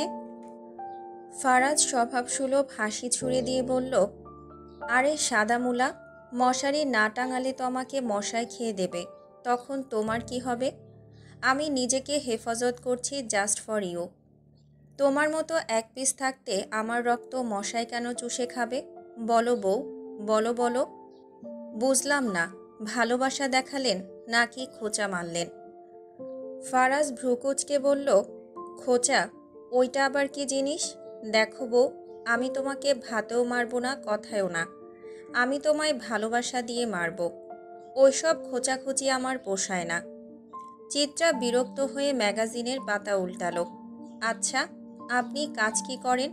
শুধুই কি মাছের ব্যবসা? এই ব্যবসায় এত লাভ? আপাতত তোমাকে আদর করা ছাড়া আর কোনো কাজ নেই। মশকরা করবেন না, বিষ ধরে গায়ে। মরে যাই আপনার এসব কথা শুনলে। ফারাজ মশারি ফেলে চিত্রার কাছে এগিয়ে এলো। এক ঝটকায় তাকে কোলে তুলে বিছানার দিকে পাড়ি জমালো। চিত্রা ধস্তাধস্তি করছে, তা দেখে ফারাজ হেসে গান ধরল, মরবে না মরবে না রাধে মন্ত্র ভালো জানি, দুই একখানা ঝাড়া দিলে বিষ করিব পানি। চিত্রার বিরক্তি আরও বেড়ে গেল। ফারাজের এই নাটকীয়তার যেন শেষই হচ্ছে না। তবুও সে চুপ করে আছে, হয়তো নাটকের পরবর্তী অংশ দেখার জন্য। মশারির কাছে যেতেই রোমান্সের ছন্দপতন। মশারির ভেতরে ঢুকতে গিয়ে ফারাজের মুড একেবারে ফুস। এই ঘোড়ার ডিমের মধ্যে বউকে কোলে নিয়ে সে কি করে ঢুকবে? রাগে সে এক হাত দিয়ে চিত্রাকে শক্ত করে বুকের সঙ্গে চেপে ধরে আর অন্য হাত দিয়ে টেনে হিঁচড়ে মশারি ছিঁড়ে ফেলে। চিত্রা এতক্ষণ ফারাজকে হাজারটা কথা শুনিয়ে চুপ হয়ে গেছে। ফারাজের চোখের দিকে চেয়ে আছে সে। লক্ষণ ভালো ঠেকছে না। 999-এ কোনোভাবে একটা কল করা যায় না? ফারাজ চিত্রার পাশে ধপাস করে শুয়ে পড়ল। চিত্রাকে নিজের বুকের উপর শুয়ে বলল, একটু আমার বুকে মাথা রাখো না। তুমি হিনা বুকটা কেমন ফাঁকা ফাঁকা লাগছে। ফারাজ চিত্রার হাত দুটো আলতো করে নিজের আয়ত্তে নিয়ে হাতের উপর চুমু খায়। একটা নয়, দুটো নয়, পরপর বেশ কয়েকটা। চিত্রা বাধা দেয় না, আবার তার বাধা দিতেও ইচ্ছে করে। কিন্তু আশ্চর্যের বিষয়, একটু আগেও যে চিত্রা কেমন তেজি ছিল, সে এখন পাথরের মতো নির্বাক স্তব্ধ। ফারাজ চিত্রার ওষ্ঠের ছোঁয়ায় নিজেকে ধন্য করার আগেই রুমের দরজাটা ঠাস করে খুলে যায়। চিত্রা লজ্জায় বিছানার কোণায় ছিটকে যায়। বিরক্তির ফলে ফারাজের মুখ থেকে চ উচ্চারিত হয়, না, এই বাড়িতে আর থাকা যাবে না। এখানে সবাই তার রোমান্সে মুন্ডু ঢুকিয়ে দেয়। জলদি ঢাকা ফিরতে হবে, আর নয়তো একেবারে ডেনমার্ক। খালু। মিতালি একবার ঘরের দিকে তাকালো। মশারি ফ্লোরে এবড়ো থেবড়ো হয়ে পড়ে আছে। এই রুমে কি ভূমিকম্প হয়েছে নাকি? মিতালির মোটা মাথায় আসলেই কিছুই ঢুকছে না। ধুরবাল, ঘরের দরজাটা লাগাতে মনে নাই। ধ্যাত, একটা ভুল সারা জীবনের কান্না। আর এই মাতারি, তুই দরজা নক করে আসতে পারলি না? নেক্সট টাইম এই ভুল হলে তোকে আমি গু খাওয়াবো। ভুল হয়ে গেছে, মাপ চাই। গু খাওয়ান আর যাই খাওয়ান, আগে আমার কথাটা একটু শুনেন। কন্টিনিউ। এটা আবার কি? মনটা চায় তোকে। ফারাজ থামল, পুনরায় শুধালো, কি হয়েছে ওইটা বল। খালু, নীলু নামের একটা মাইয়া আইছে বাড়িতে, অবস্থা খুব খারাপ। কি করবো খালু? ফারাজের মুখে কোনো প্রতিক্রিয়া নেই। এই মুহূর্তে যদি ঘোড়াও তার সামনে ডিম পাড়ত, তবু হয়তো সে একটু প্রতিক্রিয়া দেখাতো না, কারণ আপাতত তার মস্তিষ্ক জুড়ে প্রিয়তমা বিচরণ করছে। তবে চিত্রা জলদি বিছানা ছেড়ে উঠে পড়ল। নীলু এসেছে, তার মানে নীলুর কিচ্ছু হয়নি, সে ঠিক আছে। অন্দরমহলে পৌঁছাতেই চিত্রা মিতালির দিকে তাকালো। মিতালি কিংকর্তব্য বিমূঢ়। কিছুক্ষণ আগেও যে মেয়েটাকে সেখানে বসিয়ে রেখে গিয়েছিল, সে গেল কোথায়? চারপাশে তাকিয়ে মেয়েটাকে কোথাও দেখতে না পেয়ে সে উদ্গ্রীব হয়ে উঠল। নীলু! মিতালি ডাক দিল, কোনো সাড়া নেই। ডাকাডাকি শব্দ শুনে উপরতলা থেকে রুমানা ইলাহি, রোশান, রাজন সহ বাকিরাও বেরিয়ে এলো। এক মুহূর্তেই বাড়ির পরিবেশ পাল্টে গেল। সবাই উৎকণ্ঠিত হয়ে এদিক ওদিক তাকাচ্ছে। ফারাজ এতক্ষণ বুকের কাছে হাত গুজে দাঁড়িয়েছিল, এখন তার বিরক্ত লাগছে। রাজন নিচে নেমে এলো, কপালে ভাঁজ ফেলে বলল, আরে থাম তো, সন্ধ্যাবেলা এত চেঁচামেচি করছিস কেন? মিতালি ব্যাকুল কণ্ঠে বলল, ভাই সত্যি আমি নীলু নামের একটা মাইয়ার এইখানে বসায় রাইখা গেছিলাম। রাজনের ভ্রু কুঁচকে গেল। মেয়েটার নাম নীলু, এটা তুই জানলি কিভাবে? জিজ্ঞেস করছিলাম, ওর অবস্থা ভালা ছিল না। সে কইল চিত্রাপার সাথে একটু কথা আছে, শুধু একবার তারে ডাইকা আনো। আমি তাই ওরে এইখানে বসাইয়া চিত্রাপারে খবর দিয়ে আনতে গেলাম, কিন্তু ফিরাইসা দেখি মাইয়াটা গায়েব। রোশান বিরক্ত হয়ে বলল, এখন তো কেউ নেই, কে না কে এসেছিল, তা নিয়ে বাড়ি মাথায় তুলতে হবে নাকি? দেশের অবস্থা ভালো না, ছিনতাই বাড়ছে। অযথা এমন হুটহাট কাউকে অন্দরমহলে ঢুকাবি না। রাজন সুর মিলিয়ে বলল, দেখিস নাই পুকুরে 2টা লাশ ভাসাইয়া দিছে, কোন দিন না জানি তুই টার্গেটে পড়ে যাস। মিতালি ভয়ে চুপ হয়ে গেল। ফারাজ একবার রাজনা রোশানের দিকে তাকালো, তারপর একদমে বলল, সবাই যার যার ঘরে চলে যাও। সবাই যেতেই ফারাজের দৃষ্টি স্থির হলো চিত্রার দিকে। মেয়েটার মুখ কেমন ফ্যাকাশে লাগছে, আজ সারা দিনে অনেক কিছু দেখেছে, মানসিকভাবে বেশ ধকল যাচ্ছে ওর উপর। ফারাজ ধীরে ধীরে চিত্রার দিকে এগিয়ে গেল। বউ! চিত্রা নিঃশব্দে তার দিকে তাকালো। বাজিতপুর যাব, জিনিসপত্র যা লাগবে প্যাক করে নাও। চিত্রা বিস্মিত দৃষ্টিতে ফারাজের চোখের দিকে তাকিয়ে রইল। বাজিতপুর? কিন্তু হঠাৎ সেখানে কেন? সকাল থেকে মোহনার শরীরটা বেশ খারাপ লাগছে, গা গুলিয়ে উঠছে, মাথার ভেতর ধকধক করা যন্ত্রণা হচ্ছে। আজ টাফনিলও কোনো কাজ করছে না। তারিখ কত আজ? ক্যালেন্ডারের দিকে হাত বাড়িয়ে চোখ বুলিয়ে নেয় মোহনা। মুহূর্তে তার শরীর ঠান্ডা হয়ে আসে, বুকের ভেতর কেমন যেন শূন্য লাগতে থাকে। না না, সময় তো পেরিয়ে গেছে। মোহনার সারা শরীর কাঁপতে থাকে। মাথার ভেতর একটাই প্রশ্ন, সে কি গর্ভবতী? না, এটা অসম্ভব। সে ধীরে ধীরে টেবিলের দিকে তাকায়। রোশান সেখানে বসে কিছু হিসেব করছে, ব্যবসায়িক ব্যাপার স্যাপার নিয়ে ব্যস্ত। ভুলেও রোশান কিছু জানলে চলবে না। যদি জানতে পেরে যায়, যদি সে ধরা পড়ে যায়। মোহনার শ্বাস গলায় আটকে আসে। বাচ্চার কথা মনে পড়তেই ভেতরটা শীতল হয়ে যায়। না, সে আর সন্তানহারা হতে চায় না। বাচ্চার কান্না তাকে রাতে ঘুমাতে দেয় না। সে জানতে পারলে একেও মেরে ফেলবে, বাচ্চাটাকে একেবারে মেরে ফেলবে। মোহনা নিজেকে আরেকবার সান্ত্বনা দেয়, আগে পরীক্ষা করতে হবে। যদি সে গর্ভবতী না হয় তাহলে তো এসব ভয় অযৌক্তিক। মোহনা! রোশানের ডাক শুনে চমকে ওঠে সে। জি। কণ্ঠ কাঁপছে। 1 গ্লাস পানি দাও তো। মোহনা ভয়ে ভয়ে জগের দিকে এগিয়ে যায়। খাটের পাশে রাখা ছোট্ট টেবিলের উপর জগটা ছিল। গ্লাসে পানি ঢালতে গিয়ে মোহনার হাত কাঁপছে, তবুও সে নিজেকে সামলে নেয়। পানি নিয়ে রোশানের দিকে এগোতেই আবারও ডাক পড়ল, এই মোহনা! চমকে ওঠে সে। হাত ফসকে গ্লাসটা পড়ে যায় মেঝেতে। মুহূর্তের মধ্যে ভেঙে চূর্ণ বিচূর্ণ হয়ে যায় কাচের গ্লাসটা। রোশান এক ঝলক ভাঙা কাচের দিকে তাকায়, তারপর মুহূর্তেই মোহনাকে টেনে নিয়ে আসে কাছে। গলা চেপে ধরে দাঁতে দাঁত পিষে বলে, কি লুকাচ্ছ জানেমান? আমাকে চেনো তো, আমি কেমন সেটাও আশা করি জানো। সাবধান, নিজের যমদূতকে ডেকো না। রোশান মোহনাকে ধাক্কা দিয়ে কাচের উপর ফেলে দেয়। চোখের সামনে দপদপ করতে থাকে রক্তমাখা কাচের টুকরো। শরীরের একপাশ ক্ষতবিক্ষত, রক্ত গড়িয়ে পড়ছে মেঝেতে। তবুও মোহনার মুখ থেকে কোনো শব্দ বের হয় না। সে ধীরে ধীরে উঠে দাঁড়ায়, যন্ত্রণা চেপে ধরে নিজেকে সামলায়। যদি মাটির নিচে একটা ফাটল থাকতো তাহলে সে তাতে ঢুকে চিরদিনের মতো হারিয়ে যেত, কিন্তু তার উপায় নেই। মৃত্যু ছাড়া মুক্তি কোথায়? আকাশ আজ একটা শোকপট, কালো মেঘের দুর্ভেদ্য আবরণে ঢাকা, যেখানে চন্দ্রের রূপালী আলো অসহায়ভাবে বিলীন হয়ে গেছে। বাতাসে শীতল প্রবাহ শিরদাঁড়ায় এক অদৃশ্য শিকল জড়িয়ে দিয়েছে। তার নির্মম সত্য হাড়ের গভীরতম প্রকোষ্ঠেও অনুপ্রবেশ করছে। দূরপ্রান্ত থেকে অনির্ধারিত পাখিদের কর্কশ ডাক বাতাসে ভেসে বেড়াচ্ছে।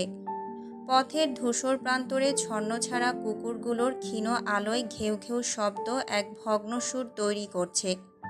হয়তো রাতের আধারে তারা কোনো অশরীরীর উপস্থিতি টের পেয়েছে। হুটহাট আবার বাতাস দিকবিদিক হয়ে ছুটছে। তার রুদ্ধশ্বাস প্রবাহে শুষ্ক পাতারাও এক কৃত্রিম ঘূর্ণিতে আবর্তিত হচ্ছে। দেখে মনে হচ্ছে কারাগারের বন্দিরা মুক্তির জন্য প্রলাপ বকছে। চারপাশে ছড়িয়ে আছে প্রকৃতির চাপা নৈশব্দ। এই নৈশব্দতা প্রকৃতির প্রতিটা কণায় বিষণ্ণতার ছাপ ফেলে রেখে যাচ্ছে। বহু দূরে, হয়তো তার চেয়েও বেশি দূরে, সোহান নদীর ঘাটে নির্বাক বসে আছে। চারপাশে নিকষ অন্ধকারে তার কৃষ্ণগাত্র একাত্ম হয়ে গেছে রাত্রির অতল অমানিসার সঙ্গে। শুধু ঠোঁটের কোণে চেপে রাখা দাহমান সিগারেটের জ্বলন্ত কুণ্ডলী মাত্র প্রমাণ করে যে সে এখনও নিঃশ্বাস নিচ্ছে। শূন্য দৃষ্টি, প্রশান্ত অথচ বিষাদগ্রস্ত মুখ। কিন্তু তার অন্তর্গত উত্তাল আগুন নিস্তরঙ্গ নদীর মতো নয়, বরং গভীর গহ্বরের ধিকি ধিকি দহনে পরিণত হয়েছে।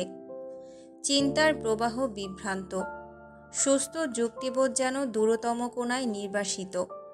বিরক্তি তার অস্তিত্বকে এমনভাবে গ্রাস করেছে যে মনে হচ্ছে পৃথিবীর সমস্ত কোলাহল নির্বাসনে পাঠালে তবেই সে স্বস্তি পাবে। অথচ সে জানে তাও যথেষ্ট নয়। তার ধমনীতে ছুটে চলা ক্রোধ অতৃপ্তি এত তীব্র যে কয়েকটি নিঃসংকোচ হত্যা করলেও হয়তো এই দহন প্রশমিত হবে না। হাতের আঙুল অস্থিরভাবে নড়ছে। রাতের আধারে নদীর ঘাটটায় কেবল জলের শব্দ। নিস্তব্ধতার মাঝে হঠাৎ ভেপু বাজল।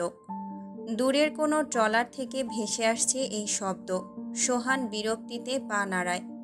পায়ের লোমশ চামড়ায় মশার দংশনে ছোট ছোট দাগ ফুটে উঠল, তাতে তার কোনো ভ্রুক্ষেপ নেই। তার মাথায় ঘুরপাক খাচ্ছে অন্য চিন্তা।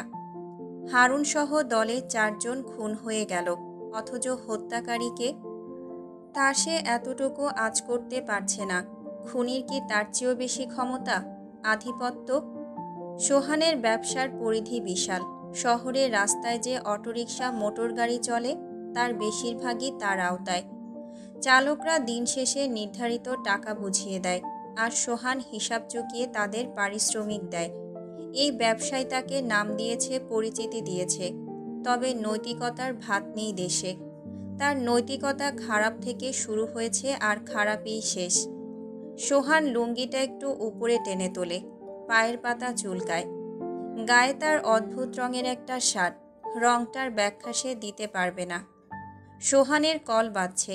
সোহান টের পেয়েছে, তবে তুলে দেখতেও মন চাইছে না। এমনকি কে করেছে সেটাও জানতে ইচ্ছে করছে না। পরপর 3টা কল আসার পর একরাশ বিরক্তি নিয়ে কল তুলে রিসিভ করে। ওপাশ থেকে গম্ভীর পুরুষালী গলা ভেসে আসে। কল রিসিভ হতেই বিশ্রী গালিগালাজ শোনা যায়। সোহান জবাব দেয় না। সে মনোযোগ দিয়ে কথা গেলে কথার মাঝে হঠাৎ এক তথ্য ছুড়ে দেওয়া হয়। সঙ্গে সঙ্গে সোহানের চোখ মুখ চকচক করে উঠল। হ্যাঁ, এমন একটা খবরের অপেক্ষাতেই তো সে এতক্ষণ ছিল। সোহান পৈশাচিক হেসে বলল, এতদিনে একটা কামের কাম করছো মামুর বেটা, এবার সুন্দর একখান গপ্প বানায়া নাটকখানা প্রচার কইরা ফেলাও দেখি। ভালোবাসা হচ্ছে সময়ের মতো, একে ধরা যায় না, ছোঁয়া যায় না, তবুও প্রতিটা মুহূর্তে তার অস্তিত্ব অনুভব করা যায়। যেমন অনুভব করা যায় নিঃশ্বাসের পতন স্পর্শহীন স্পর্শের মতো। ফারাজের বুকে মাথা রেখে ঘুমিয়ে আছে চিত্রা। গাড়িতে উঠলেই মেয়েটার মাথা ঝিমঝিম করে, বমি পায়। ফারাজের সঙ্গে ঝগড়া করতে করতে কখন যে ঘুমিয়ে পড়েছে ফারাজের বুকে সেদিকে খেয়াল নেই। ফারাজের তাতে মন্দ লাগছে না, বুকটা এখন আর ফাঁকা নেই। শূন্যস্থান পূরণ করেছে তার অর্ধাঙ্গিনী। আচ্ছা, ফারাজ তো এমন ছিল না। জীবনে কাজ ব্যতীত অন্য কিছুকে সে গুরুত্ব দেয়নি। পরিবারের বন্ধন এড়িয়ে চলেছে, সম্পর্কের উষ্ণতা কখনো প্রয়োজন মনে হয়নি। ফারাজ জীবনকে গড়ে তুলেছে নিজ হাতে। প্রতিটা ইট, প্রতিটা কাঠামো তার ঘামে পরিশ্রমে নির্মিত। সে কারো চাটুকারিতা করেনি, কারো ছায়ায় দাঁড়ায়নি। যে স্থানে সে দাঁড়িয়ে আছে তা তার নিজস্ব অর্জন। অথচ সে সৌন্দর্যের মোহগ্রস্ত হয়নি। নারী বা জগতের কোনো মোহ তাকে কখনো স্পর্শ করতে পারেনি। নারীর সৌন্দর্যতা তার কাছে অর্থহীন।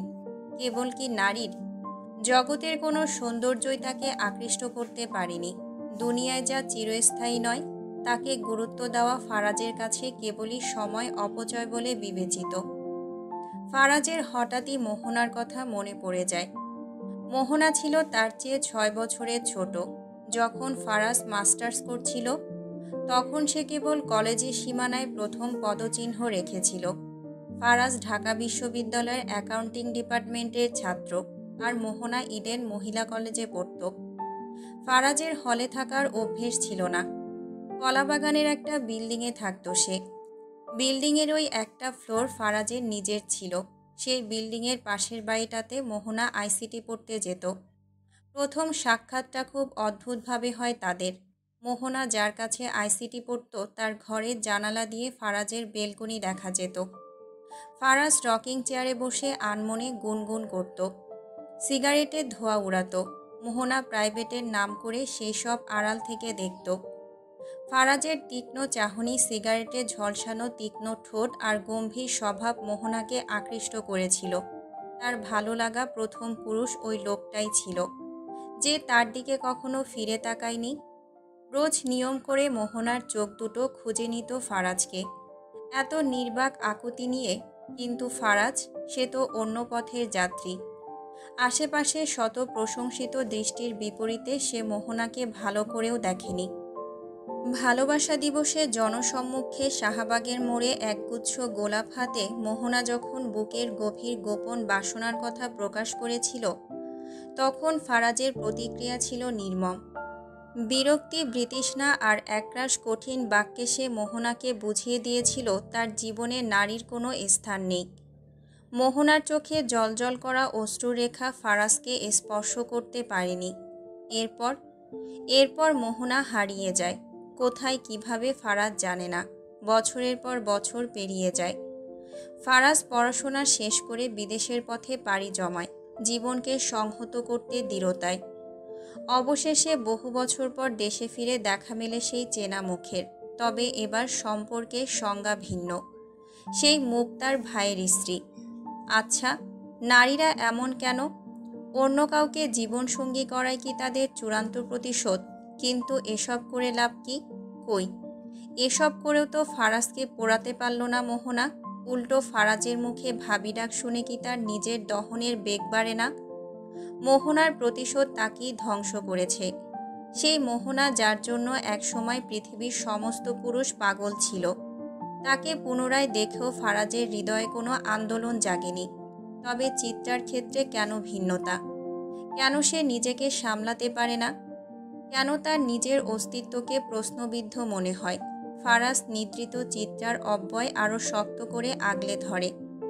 ড্রাইভারের দিকে না ফিরেই গম্ভীর কণ্ঠে আদেশ করে, গাড়ি ধীরে চালাও, সাবধান, আমার স্ত্রীর ঘুম যেন না ভাঙে। রাতের অন্ধকারে গাড়ি নীরবে ছুটে চলে বাজিতপুরের পথে। ফারাজ চোখ বন্ধ করে নিঃশ্বাস ফেলে।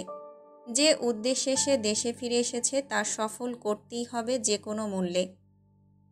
চিত্রার মামার বাড়ি পৌঁছাতে অধিক সময় ব্যয় হয় না। রাত 11টা ছুঁই ছুঁই। আগামীকাল শুক্রবার। সোহাগের বিবাহ উৎসব। যদিও একান্তই ঘরোয়া আয়োজন, নামমাত্র অনুষ্ঠান, বিশেষ কিছু নয়। ফারাজের বাজিতপুরে একটা কাজ ছিল, সেই সূত্রে চিত্রাকেও সঙ্গে নিয়ে এসেছে। না হলে এমন নিমন্ত্রণ কেই বা গ্রাহ্য করে, বিশেষত বউয়ের প্রাক্তনের নিমন্ত্রণ। তবে ফারাজের উদ্দেশ্য সুস্পষ্ট। চিত্রা নিজ চোখে প্রত্যক্ষ করুক তার অতীতের সোহাগ আজ কিভাবে আরেক নারীর সোহাগে পরিণত হয়েছে। গাড়ি বাড়ির সন্নিকটে আসতেই চিত্রার নিদ্রা ভেঙে যায়। ঘুমের তন্দ্রা কাটতেই অনুভব করে সে ফারাজের বুকে আশ্রয় নিয়েছে। লজ্জায় মুখ লাল হয়ে ওঠে তার। দ্রুত নিজেকে গুছিয়ে নিয়ে রাগে উত্তপ্ত কণ্ঠে দাঁত চেপে বলে ওঠে, আপনার কি মাথা গেছে? গাড়িতে একজন ব্যক্তি উপস্থিত থাকতো, এভাবে আমার সঙ্গে লেপ্টে আছেন। ফারাজ প্রশান্ত দৃষ্টিতে তার দিকে তাকায়। চিত্রার লজ্জাবোধকে অবজ্ঞা করে হাস্যরত কণ্ঠে বলে, একবার চেহারাটা দেখি তো প্রিয়তমা। আহ, লজ্জা পাচ্ছ মনে হচ্ছে, কিন্তু লজ্জার কি আছে? সেই রাতের কথা কি ভুলে গেছ, যখন আমাদের মাঝে সূক্ষ্ম সুই ফেলারও জায়গা ছিল না? চিত্রার দৃষ্টি দ্রুত সামনে বসে থাকা ড্রাইভারের দিকে যায়। লোকটা কি ভাবছে আল্লাহই জানে। তার অন্তর্দাহ আরও প্রগাঢ় হয়। আরে, ওদিকে কি দেখছো? আমার দিকে দেখো না। চিত্রার বিরক্তির সীমা ছাড়িয়ে যায়। তবে সে জানে ক্ষোভ প্রকাশে লাভ নেই। ফারাজ তাতে আরও আশকারা পাবে। আপনার এই অর্থহীন বাক্যালাপে বরফ গলবে না, মিস্টার দাঁড়া চেলাচি। ফারাজ এত সহজে নিবৃত হয় না। তার শীতল হাত চিত্রার উষ্ণ কোমর ছুঁতে চিত্রার শরীর অনিচ্ছায় কেঁপে ওঠে।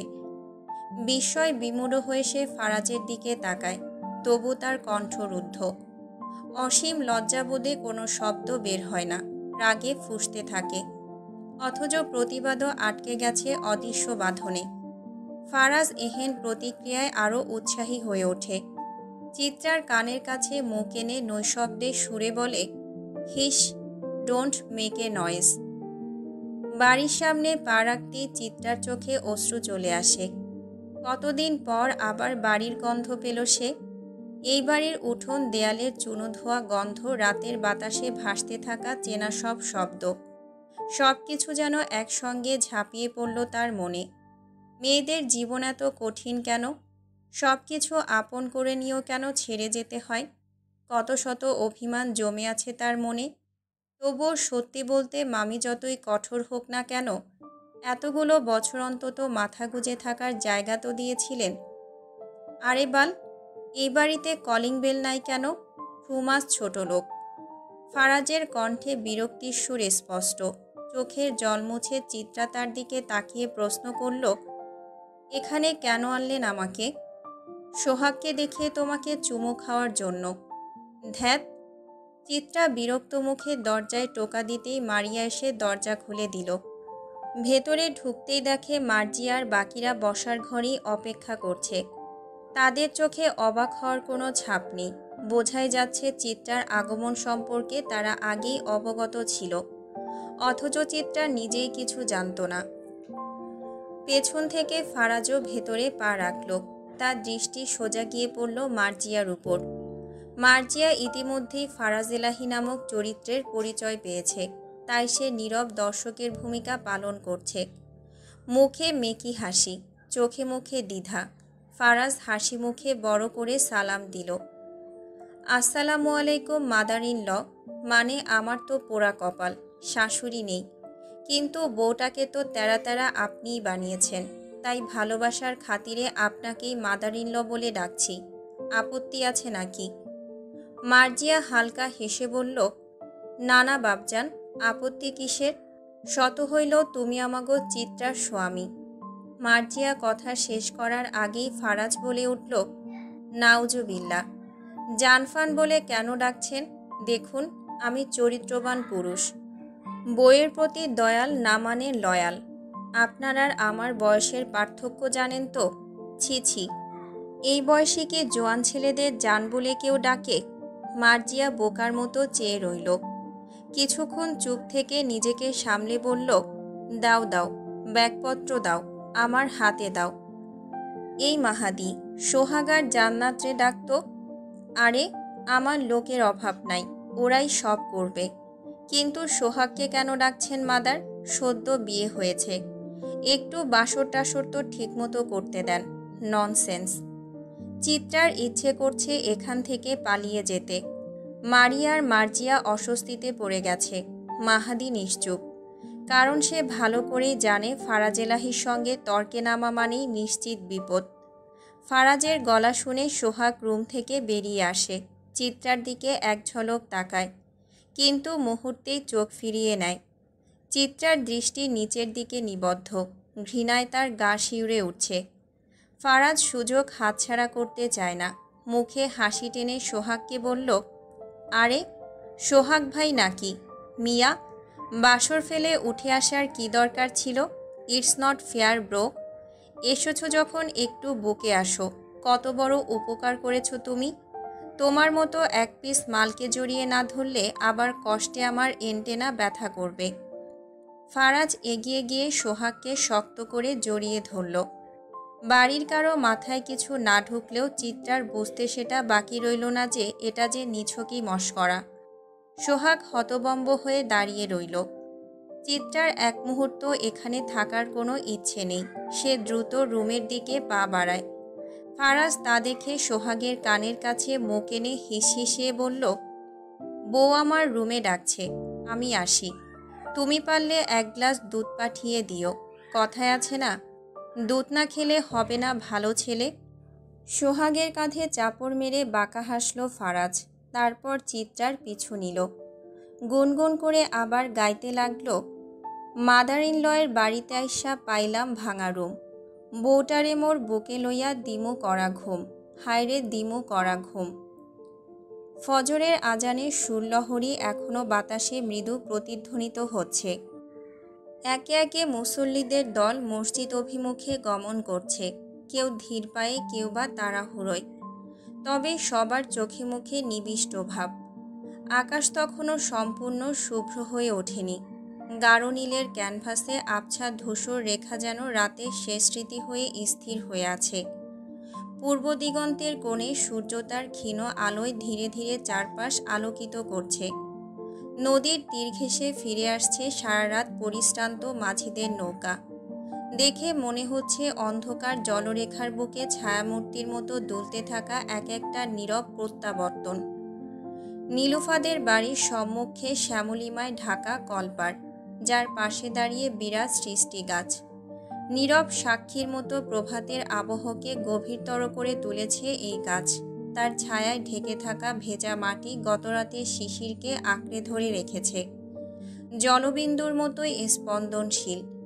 এই নির্জন ভোরে নীলুদের প্রতিবেশী রমিসা বেগমের ব্যস্ততা শুরু হয়। তার সন্তান গার্মেন্টসে চাকরি করে, তাই ভোরের প্রথম আলো ফোটার আগেই তাকে রান্নার কাজে হাত দিতে হয়। ছাই হাতে দাঁত ঘষতে ঘষতে রমিসা কলপাড়ের দিকে এগিয়ে আসে। বাতাসের স্নিগ্ধ শীতলতা তার গায়ে ধুলির মতো লেগে আছে। রমিসা থুতু ফেলে চারপাশে একবার তাকাতেই তার চোখে পড়ে ফিকে হতে থাকা কুয়াশায় ঢাকা গ্রাম্য দৃশ্য। দূরের কয়েকটি মসজিদে এখনও আজানের মায়াময় ধ্বনি প্রতিধ্বনিত হচ্ছে। সেই সঙ্গে কোথাও একটা নেড়ি কুকুরের করুণ সুর আকাশে বিলীন হয়ে যাচ্ছে। রমিসা কুলি করে অজু সারল, তবে বাড়ি যাওয়ার পথে হঠাৎ কী ভেবে যেন কাছের দিকে চোখ যায় তার। কি যেন একটা ঝুলছে গাছে। চোখ সরু করে ভালোভাবে তাকাতেই রমিসা চিৎকার করে ওঠেন। মুখ দিয়ে বেরিয়ে আসে একটা শব্দ, নীলুফা। আকাশ আজ শোকাহত। আকাশের বুক চিরে নেমেছে অবিরাম অশ্রুধারা। বাতাস ভারী হয়ে আছে এক অবসাদের ঘন ঘটায়। প্রকৃতি আজ ক্লান্ত, অবসন্ন। তার নিজস্ব শ্বাস প্রশ্বাসেও বিরাজ করছে অনুচ্চারিত হাহাকার। বৃষ্টির ফোঁটা পাতার উপর আঘাত হানছে ছন্দময় ধারায়। জলে সিক্ত পাতাগুলো দুলছে, কাঁপছে। একবার বৃষ্টি তাদের স্নান করিয়ে দিচ্ছে, পরক্ষণই আবার ক্লান্তির ভারে নত হয়ে পড়ছে। দূরে ঠায় দাঁড়িয়ে থাকা গাছটার নিচে আশ্রয় নিয়েছে দুটো শালিক। তাদের পালক জলে জবজবে। ক্ষীণদেহে বৃষ্টির নির্মম আঘাত সহ্য করেও তারা দাঁড়িয়ে আছে। নির্মোহ দৃষ্টিতে শুনছে অপেক্ষার প্রহর।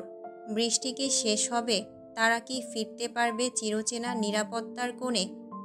হুটহাট আকাশ ফেটে নামছে প্রচণ্ড বজ্রপাত। বিদ্যুতের এক হিংস্র আঁচড়ে মুহূর্তের জন্য সমস্ত অন্ধকার শ্বেতশুভ্র হয়ে উঠছে। হয়তো প্রকৃতির শিরদাঁড়া চিরে গেছে, তার বুকে গভীর ক্ষত সৃষ্টি হয়েছে। তারপর এক লহমায় নেমে আসে আরও গভীর, আরও পিচ্ছিল অন্ধকার। প্রকৃতি তার নিজের আর্তনাদেই বারবার ভেঙে পড়ে, শোকে স্তব্ধ হয়। এভাবেই ধারাবাহিকতা চলতে থাকে।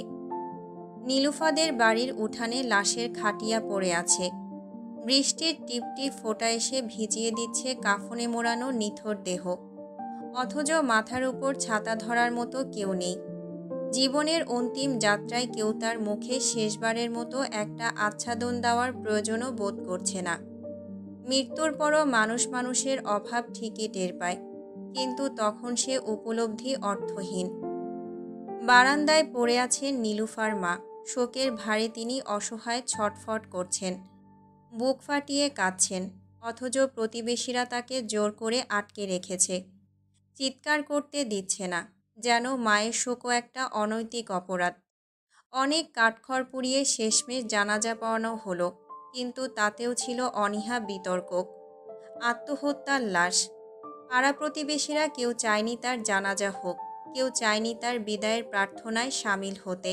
আর নীলুফার মা, তিনি বারবার ফেটে পড়ছেন। তার কান্না দমিয়ে রাখা যাচ্ছে না। তার মেয়ে আত্মহত্যা করবে? অসম্ভব। তার নীলু এমন মেয়ে না। কেউ তাকে মেরে ফেলেছে, তাকে হত্যা করা হয়েছে। কিন্তু তার এই দাবির জবাব নেই কারো কাছে, প্রতিধ্বনি নেই কারো কণ্ঠে। বাড়ির চারপাশ জুড়ে নোংরা ফিসফাস। লোকজন জানালার ফাঁক ফোকর দিয়ে উঁকি মেরে দেখছে কাফনের সাদা কাপড়ে মোড়ানো দেহটাকে, আর ছুঁড়ে দিচ্ছে বিষাক্ত কথার বিস্ফোরা। দেখো কার সঙ্গে রাত কাটাইয়া আইসে, পলাইয়া গেছিল না? পোলা নিশ্চয় খাইয়া সাইরা দিছে, তাই তো দড়িতে ঝুলছে। মৃত্যুর পরও রেহাই নেই নীলুফার। সমাজ তার শবদেহকেও শান্তি দিচ্ছে না। পুলিশ এসেছিল, খুঁটিয়ে দেখে গেছে, লাশের চারপাশে দাঁড়িয়ে দায়িত্ব পালন করেছে। তারপর নির্বিকারভাবে রায় দিয়ে গেছে আত্মহত্যা। আমরা তদন্ত করব, কারণ জানব বলে চলে গেছে। কিন্তু নীলুফার মা তাদের কিছুই বোঝাতে পারেননি। তার আকুল আবেদন, তার দুই চোখ ভরা বিশ্বাস, তার মেয়ের নির্দোষিতা সবই বাতাসে মিলিয়ে গেছে। আচ্ছা, শোকের রং কেন কালো? শোকের রং তো সাদা হওয়া উচিত ছিল। কালো রং দেখে কি মানুষ কাঁদে? কালো কি মানুষের হৃদয়ে হাহাকার ছড়ায়? না তো। অথচ দেখো, এই সাদা কাপড় কেমন কাঁদাচ্ছে এক মাকে, এক পরিবারকে, একটা হারিয়ে যাওয়া জীবনকে। মা কেঁদে কেঁদে দিশেহারা হয়ে যাচ্ছে তার মেয়ে শরীরে মোড়ানো সাদা কাপড়টিকে দেখে। সাদা মানে কি আসলেই পবিত্রতা, নাকি নির্বাক নিষ্ঠুরতা? প্রভাতে নির্মল আলোয় চিত্রা স্নান সেরে অজু করে নামাজ আদায় করল। ফারাজের ফেলে রাখা কাপড়গুলো একে একে তুলে বালতিতে রাখল। এই বাড়িতে ওয়াশিং মেশিন নেই, তাই কাপড়গুলো হাতে ধুতে হবে। কাপড় ধোয়ার পাউডার দিয়ে সেগুলো ভিজিয়ে রেখে চিত্রা আয়নার সামনে দাঁড়ায়। তার পরিধানে খয়েরি রঙের জামদানি শাড়ি, ভেজা কেশে গামছা পেঁচানো। সাধারণত সে অলংকারবিহীন থাকে, তবে বিয়ের পর হাতে গলায় নাকে এমনকি পায়ে নূপুর পড়েছে, সবই স্বর্ণের। চিত্রার চোখের নিচে কাজল দিতে ইচ্ছে হলেও দ্বিধায় তা পরিহার করল। তার উজ্জ্বল ত্বকে খয়েরি রঙের শাড়িটি সুনিপুণভাবে মানিয়েছে। গামছা খুলে কেশ ছাড়ল চিত্রা। বিছানার পার্শ্বস্থ ড্রেসিং টেবিলের সামনে দাঁড়িয়ে ফারাজ উপুর হয়ে শুয়ে আছে, কোমর পর্যন্ত পাতলা কম্বলে আবৃত। চিত্রা জানালার কাছে গিয়ে গুনগুন করে কিছু একটা গাওয়া ধরল। হুট করে পেছন থেকে কারো জড়িয়ে ধরা অনুভব করল। চোখ বুজে নিঃশ্বাস নিল সে। মৃদু এলাচের গন্ধটা নাকে ভাসছে। চিত্রার এখন অনুভব হচ্ছে ফারাজ বোধহয় অনেক দূরে চলে গেলেও এই গন্ধটার অজুহাতে চিত্রা তাকে খুঁজে বের করতে পারবে। কিন্তু কেনই বা খুঁজবে চিত্রা? স্বামী বলে, অভিভাবক বলে? হয়তো তাই। হিসেব করলে দেখা যাবে আপাতত ফারাজ এলাহি ব্যতীত তার আর কেউ নেই। তার সবটা জুড়ে তো এখন ফারাজ এলাহি থাকার কথা। লোকটা কম তো ভালোবাসে না। আর কত, সেও তো স্বামী হিসেবে স্ত্রীর থেকে অধিকার পাওনা। কারো পাওনা কাঁধে নিয়ে বাঁচা এত মুশকিল কেন? ফারাজ চিত্রার ভেজা চুল সরিয়ে দিয়ে পিঠের ঠোঁট ছুঁয়ে দেয়। চিত্রার কেমন একটা অনুভব হয়। এই অনুভূতির নাম কি? স্বামীর স্পর্শে কি সমস্ত নারীর মনে এমন এক অবর্ণনীয় শিহরণ জাগে, যাকে ভাষায় প্রকাশ করা যায় না? আমায় কতটুকু ভালোবাসেন এলাহি সাহেব? চিত্রা গভীরতা নিয়ে প্রশ্ন করল। ফারাজ তার প্রিয়তমাকে নিজের দিকে ফিরিয়ে দুই চোখের পাতায় ভালোবাসার অনন্ত পরশ ছুঁয়ে বলল, যতটুকু ভালোবাসলে তুমি হিসেব করতে পারবে না। ভালোবাসার অঙ্কে গড়মিল করবে তার চেয়েও অধিক। তবে প্রিয়তমা, ভালোবাসা যে পরিমাপ করা যায় না। পরিমাপ করে ভালোবাসে কিপ্টেরা। আমি তোমায় মেপে ভালোবাসিনি। আমার ভালোবাসার কোনো মাপ নেই, কোনো মাত্রা নেই। তোমার জন্য জমানোই ভালোবাসা অসীম। তবে ধরুন এত ভালোবাসার পরেও যদি আপনাকে আমি ভুলে যাই। ফারাজ চিত্রাকে শক্ত করে বুকের পাঁজরে জড়িয়ে নেয়। প্রিয়তমাকে জড়িয়ে ধরার মধ্যে এক অন্যরকম শান্তি নিহিত। চিত্রা নড়চড় করে না, মিশে যায় ফারাজের বুকের গভীরে। কি হয়েছে আস্তার, সে নিজেও জানে না। সোহাগ সব ভুলে সুখে থাকলে সে কেন পারবে না? কই, সোহাগের সাথে রাত জেগে গল্প করা কাব্যিক ছন্দ কিছুই তো তাদের পূর্ণতা দিতে পারেনি।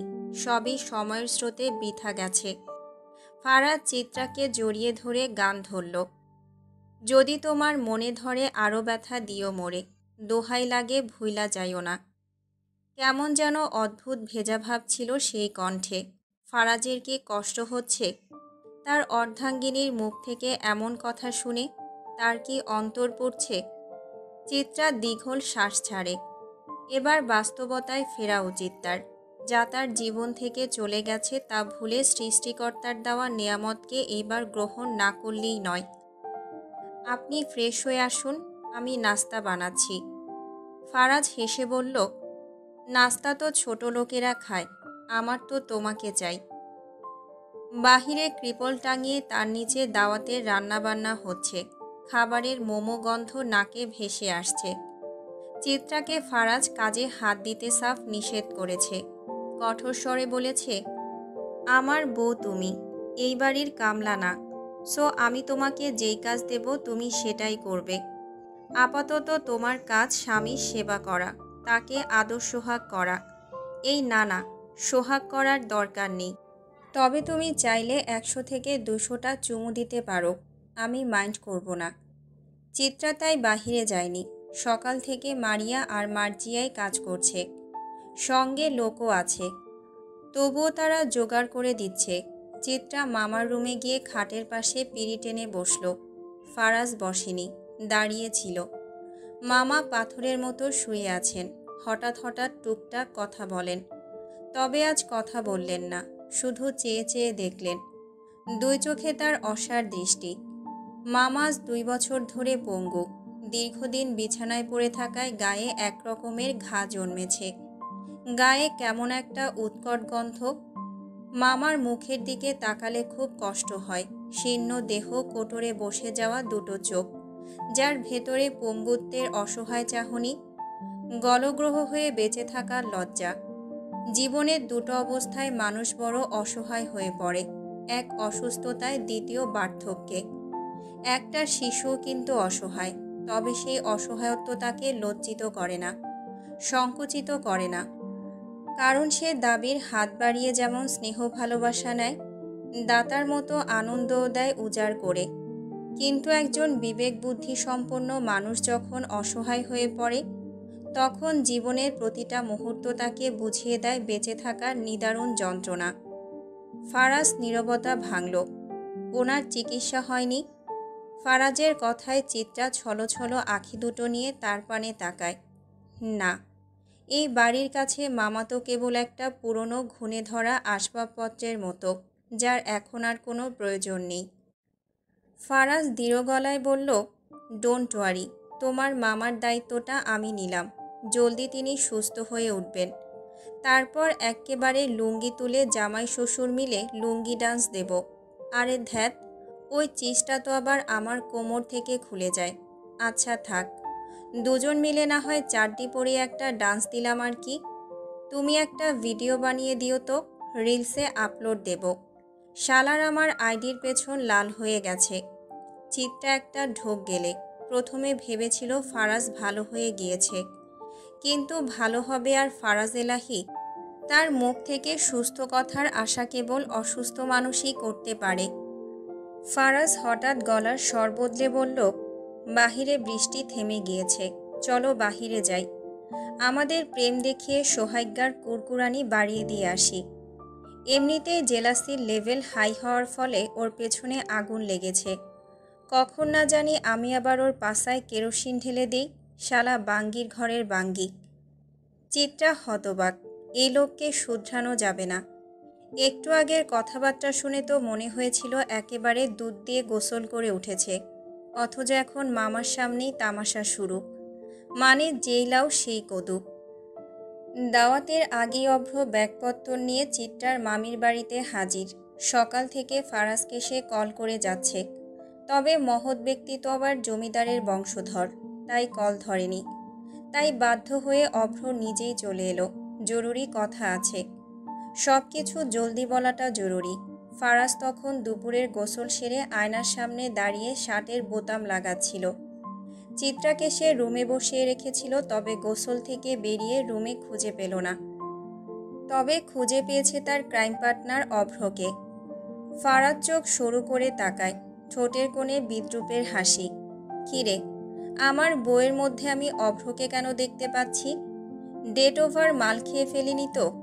অভ্র নাটকীয়ভাবে এক পা পেছনে সরল, হাত উঁচিয়ে বলল, আরে ভাই কাছে আসবেন না, আমার ইজ্জত আমার বইয়ের জন্য তোলা, দূরে যান বলছি। চুম্মা টুম্মা দেওয়ার উদ্দেশ্য নেই তো? ফারাজ এবার আরেক পা এগিয়ে এলো। আরে কুদ্দুসের বাপ না তুমি? তাই তো বলি, আমার বইয়ের মুখে দাড়ি কবে গজালো? অভ্র দীর্ঘশ্বাস ফেলে বলল, ভাই মজা নিয়েন না। আপনাকে না দেখতে পেয়ে আমার কষা হয়ে গিয়েছিল, তবুও বাথরুমে যাইনি। আপনাকে সময় না দিয়ে বাথরুমে কি করে সময় দিই বলুন তো? পারলাম না ভাই, আমি থাকতে পারলাম না। ফারাজ মুখ বাঁকিয়ে বলল, ক্ষমা ভাই, আগে পেট সাফাই করে আসো। ওইসব পেটের মধ্যে জমিয়ে ইট বানানোর মতলব নাকি? যাও ভাই, বাহিরে একটা পেট ক্লিয়ার করার জায়গা আছে, ওখানে যাও। এখানে কাম সারলে গন্ধে টিকতে পারবো না। অভ্র হাসল, বলল, সমস্যা নেই, ওই ইট দিয়ে বাড়ি বানাবো, তারপর বিয়ে করে বউ নিয়ে করব, মানে গল্প করব।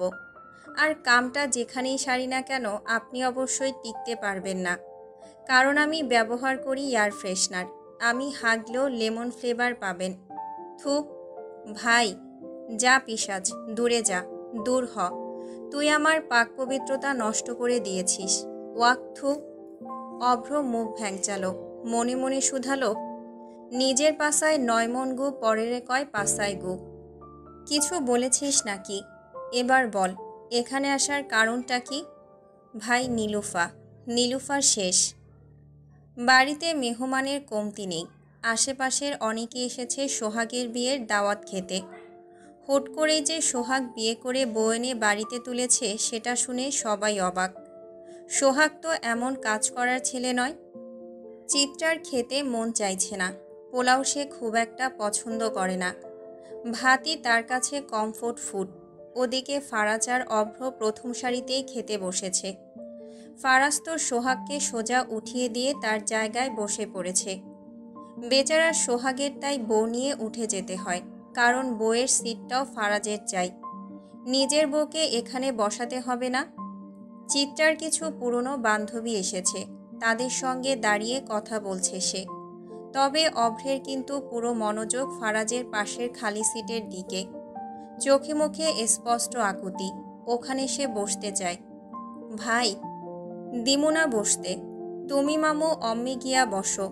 ভাই, জায়গা তো খালি নাই, আর দেন না বসতে। ভাবি তো নাই এখন। ফারাজ ঠান্ডা চোখে পকেটের দিকে ইশারা করল। অভ্র তাকাতেই সব বুঝে গেল। হিসহিসিয়ে বলল, ভাই, আপনি পিস্তল নিয়ে কেন আসছেন? নাচতে। বসলাম কিন্তু। বসে তো দেখো, গুলি যে তোমার কোন দিক দিয়ে বের হবে টেরই পাবে না। অভ্র কিছু বলতে যাবে ঠিক তখনই কালো সানগ্লাস পরা একটা মেয়ে পাশ কাটিয়ে ফারাজের জায়গায় বসে পড়ল। চুলে বিচিত্র রঙের ছোঁয়া, সাজগোজও অদ্ভুত। মেয়েটি ফারাজকে দেখে মিষ্টি গলায় বলল, ভাইয়া, আমি না পোলাও বাটতে পারি না, একটু বেড়ে দেবেন? ফারাজ একবার চেয়ারের দিকে একবার অভ্রের দিকে তাকালো। এই চেয়ার তো সে নিজের বউয়ের জন্য রেখেছিল। হুট করে এই সার্কাস এলো কোথা থেকে? অভ্র কি করবে বুঝতে না পেরে মেয়েটার প্লেটে পোলাও দিতে যাবে, ঠিক তখনই ফারাজ চেঁচিয়ে উঠল, অভ্র! অভ্র কিছু বলার আগেই মেয়েটি সপ্রতিভ কণ্ঠে পুনরায় তাকে বলল, হেই, তোমার নাম কি? আমার ফ্রেন্ডরা বলছিল তুমি নাকি বারবার আমাকে দেখছিলে, পছন্দ করো আমাকে। I know. ফারাজ হতবম্ব। পছন্দ আর আমি? আম্মা, তোমার চোখের রিপেয়ার দরকার, ভোল্টেজ কমে গেছে। মেয়েটা চোখ গোল গোল করে তাকিয়ে প্রশ্ন করল, আম্মা? আমি? না, তোর নানি। বাল, ওঠ এখান থেকে। আমার বউ যদি দেখে আমি অন্য মেয়ের পাশে বসে আছি তাহলে রোমান্স শুরু হওয়ার আগেই খতম। ওঠ বলছি। মেয়েটা চুলে হাত বুলিয়ে স্বাভাবিক ভঙ্গিতে বলল, পারবো না, আমি জায়গা পেয়েছি। ফারাজ দাঁতে দাঁত চেপে বলল, তুই আমার বাল পাইছিস। ওঠ কইলাম, ওঠ মাতারি। কথা শেষ করেই ফারাজ চেয়ার নিয়ে উঠে দাঁড়ালো। শুধু নিজের চেয়ারই নয়, মেয়েটার চেয়ারটাও টান মেরে সরিয়ে নিল। মেয়েটা প্রায় পড়েই যাচ্ছিল, তবে তার আগেই অভ্র তাকে ধরে ফেলল, কিন্তু পর মুহূর্তেই তাকে ছেড়ে দিল। ধপাস। মেয়েটা মাটিতে মুখ থুবড়ে পড়ল।